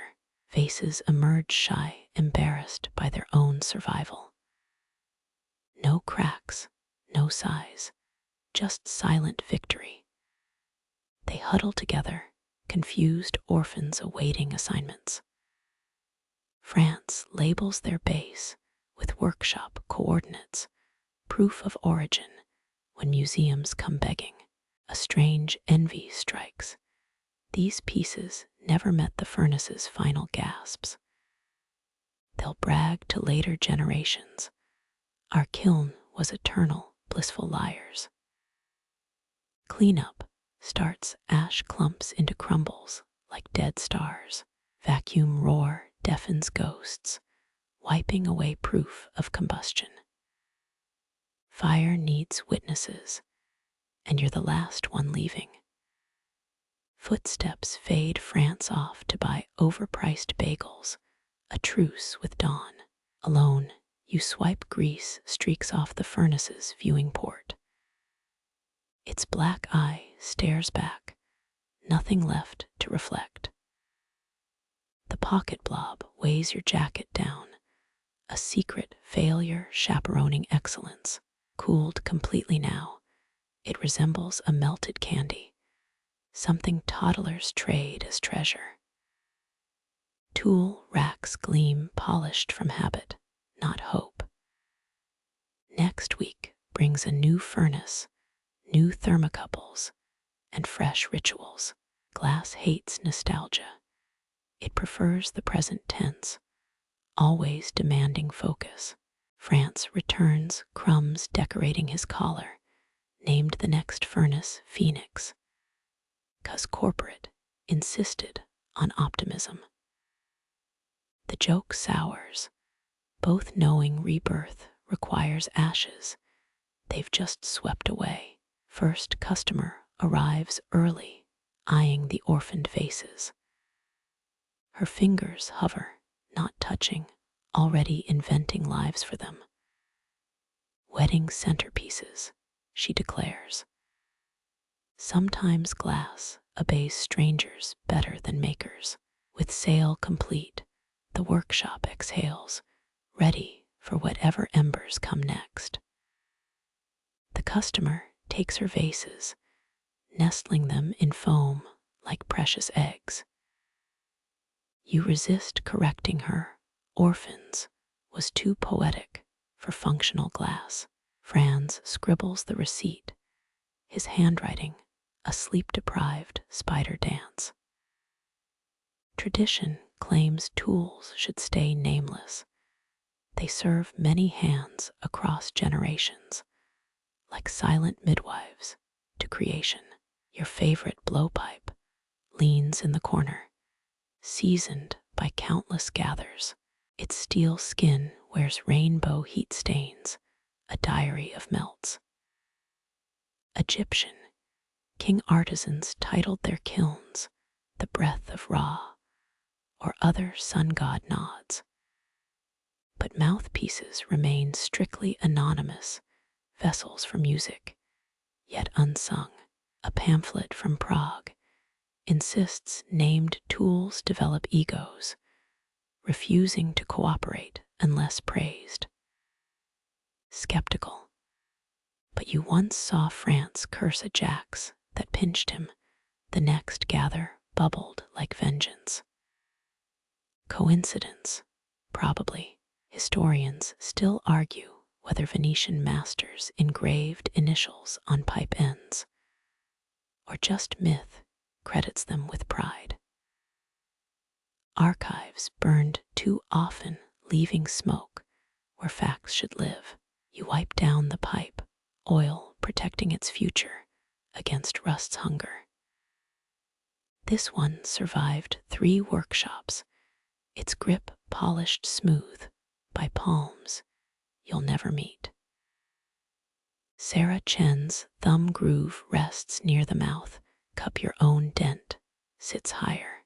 Tools are time travelers, stitching strangers together through shared wear. France moans about coffee, stumbling toward the breakroom kettle. His departure leaves silence, thick as annealing kiln insulation. The mouthpiece you shaped last week waits in its case, cooled, but not yet played. Tradition demands you let musicians baptize it. Yet, a stubborn urge rises, warm as leftover furnace heat. Your pinky traces the rim where lips will someday seal. Breath, not yours, will wake its song. But tonight, it's just glass and maker under flickering fluorescence. Medieval guilds punished workers for naming tools, fearing attachment, bred carelessness. Modern studios aren't so strict, yet old habits cling like cane syrup. You glance at the door, ensuring France stays distracted. The name forms soft, a vowel meant for humming. You lean close, let it brush the glass throat, sealing it under science and superstition. A secret between you and silica, one future players may sense, but can't translate. Outside, a siren wails. France returns slurping chamomile, eyebrow raised at your smirk. Plotting arson, he asks, voice flat. You shake your head, tucking the mouthpiece away. Its case clicks shut, a tiny thunderclap. Tomorrow it ships to Oslo. Some saxophonist's breath will tease out its soul. They'll never know the name you breathed inside, ghost of a whisper in molten history. Tradition bends, but doesn't break when no one's watching. The city finally sleeps, its engines cooling into faint tremors underfoot. You click off the workshop lights, one by one, until only the kiln's peephole glows. Its dying embers paint stripes across the floor, amber ghosts retreating toward corners. Through the roof's cracked skylight, stars pierce the glass dust, haze sharp as diamond cuts. Your breath fogs the air, a December chill creeping through mortar gaps. Some Bohemian workshops still use Soviet-era heaters, rattling iron beasts, hissing in corners. Yours hums low, fighting the cold to a draw. 19th century guild records describe apprentices sleeping near furnaces, stealing warmth from banked fires. Dangerous, but desperate times bred risky comforts. The mouthpiece's case sits on the workbench, its velvet lining gone indigo in moonlight. Some claim Venetian masters timed their final cools to moon phases, believing lunar pull eased glass stress. Total nonsense, probably, but you once tried it during a harvest moon. The piece survived annealing, so who knows? Up in the rafters, pigeons shuffle wings. These birds have seen centuries of craftsmen, Their ancestors pecked crumbs from medieval glaziers' floors. History's oddest archivists, feathers dusted with the same silica as your sleeves. The stars blur as exhaustion pulls at you Orion's belt, smearing into 3 silver dashes. Modern pollution veils most constellations, but winter air scrapes the sky clear tonight. You trace the old ones, Leo's sickle, Cygnus's outstretched wings. Polaris hangs crooked over Prague Castle, just like on those tourist mugs France hates. Historians still argue whether annealing kilns used celestial navigation logs, or if that's romantic fabrication. Workers likely just watched color shifts, judging heat by eye. But poetry sells better than practicality. The glassblower's greatest skill is patience. You remind yourself, as muscles ache for home, air shifts, stirring the scent of cold metal and wood smoke from distant chimneys. Czech winters invade everything, creeping under doors, nesting in wool sweaters, hushing even the clock's tick. Your creation sleeps in shadow, untouched by human breath, still cradling its secret name. Tomorrow's courier will strap it into a foam cell, where it'll dream of airplane cargo holds. After Oslo, some saxophonist will press lips to its rim, igniting vibrations. It's held since spinel blue powder first melted into gather. A car backfires outside, startling the pigeons. Their wings beat like newspaper pages flipping. A sound St. Vitus Cathedral's builders must have heard daily. The kiln pings metal contracting, another layer of heat escaping. Cold creeps closer, snuffing the last ruby gleam in the peephole. One tradition claims glassblowers shouldn't whistle at night, lest it tempt flaws into cooling pieces. You hum instead, low and tuneless, as you check latches on gas lines. France's voice nags in memory. Superstitions, the ketchup of craftsmanship, smothers everything if you let it. Your boots echo too loud in the sudden stillness, each step scattering moondust on the concrete floor. Moonlight etches your shadow against the wall, stretching it into some long-necked creature from folklore. Tired eyes play tricks, making grinding wheels look like crouching beasts. Pipelines writhe like frozen snakes. The night guard's flashlight beam slices through the alley, cool white, interrupting the warm dark. You wave, knowing Miroslav won't approach until you're gone. He believes workshops harbor worker ghosts, spirits trapped between incomplete projects. Last winter, he swore he saw shapes bending over an empty glory hole. Adrenaline fades now, leaving the familiar hollow calm after creation's storm. It's hunger probably, but feels like floating. Some Renaissance guilds banned fasting during complex pours, afraid shaky hands would ruin artworks. Modern solutions involve France's illicit stash of energy bars, stale but reliable. Above, Ursa Major wheels over the skylight, its ladle pouring starlight onto silent tools. Temperature strips on the kilns fade to black, final surrender.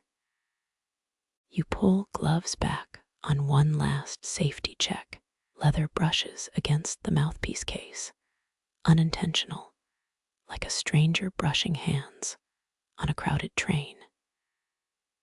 Drafts swirl loose glass dust, pinprick rainbows caught in moonlight, dancing over workstations, each mote born from hours of grinding, edges beaten smooth, until they forgot their sharp births.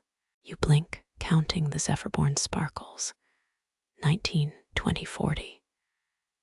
Historians still argue whether medieval annealing ovens favored beechwood charcoal for purity, or just regional availability.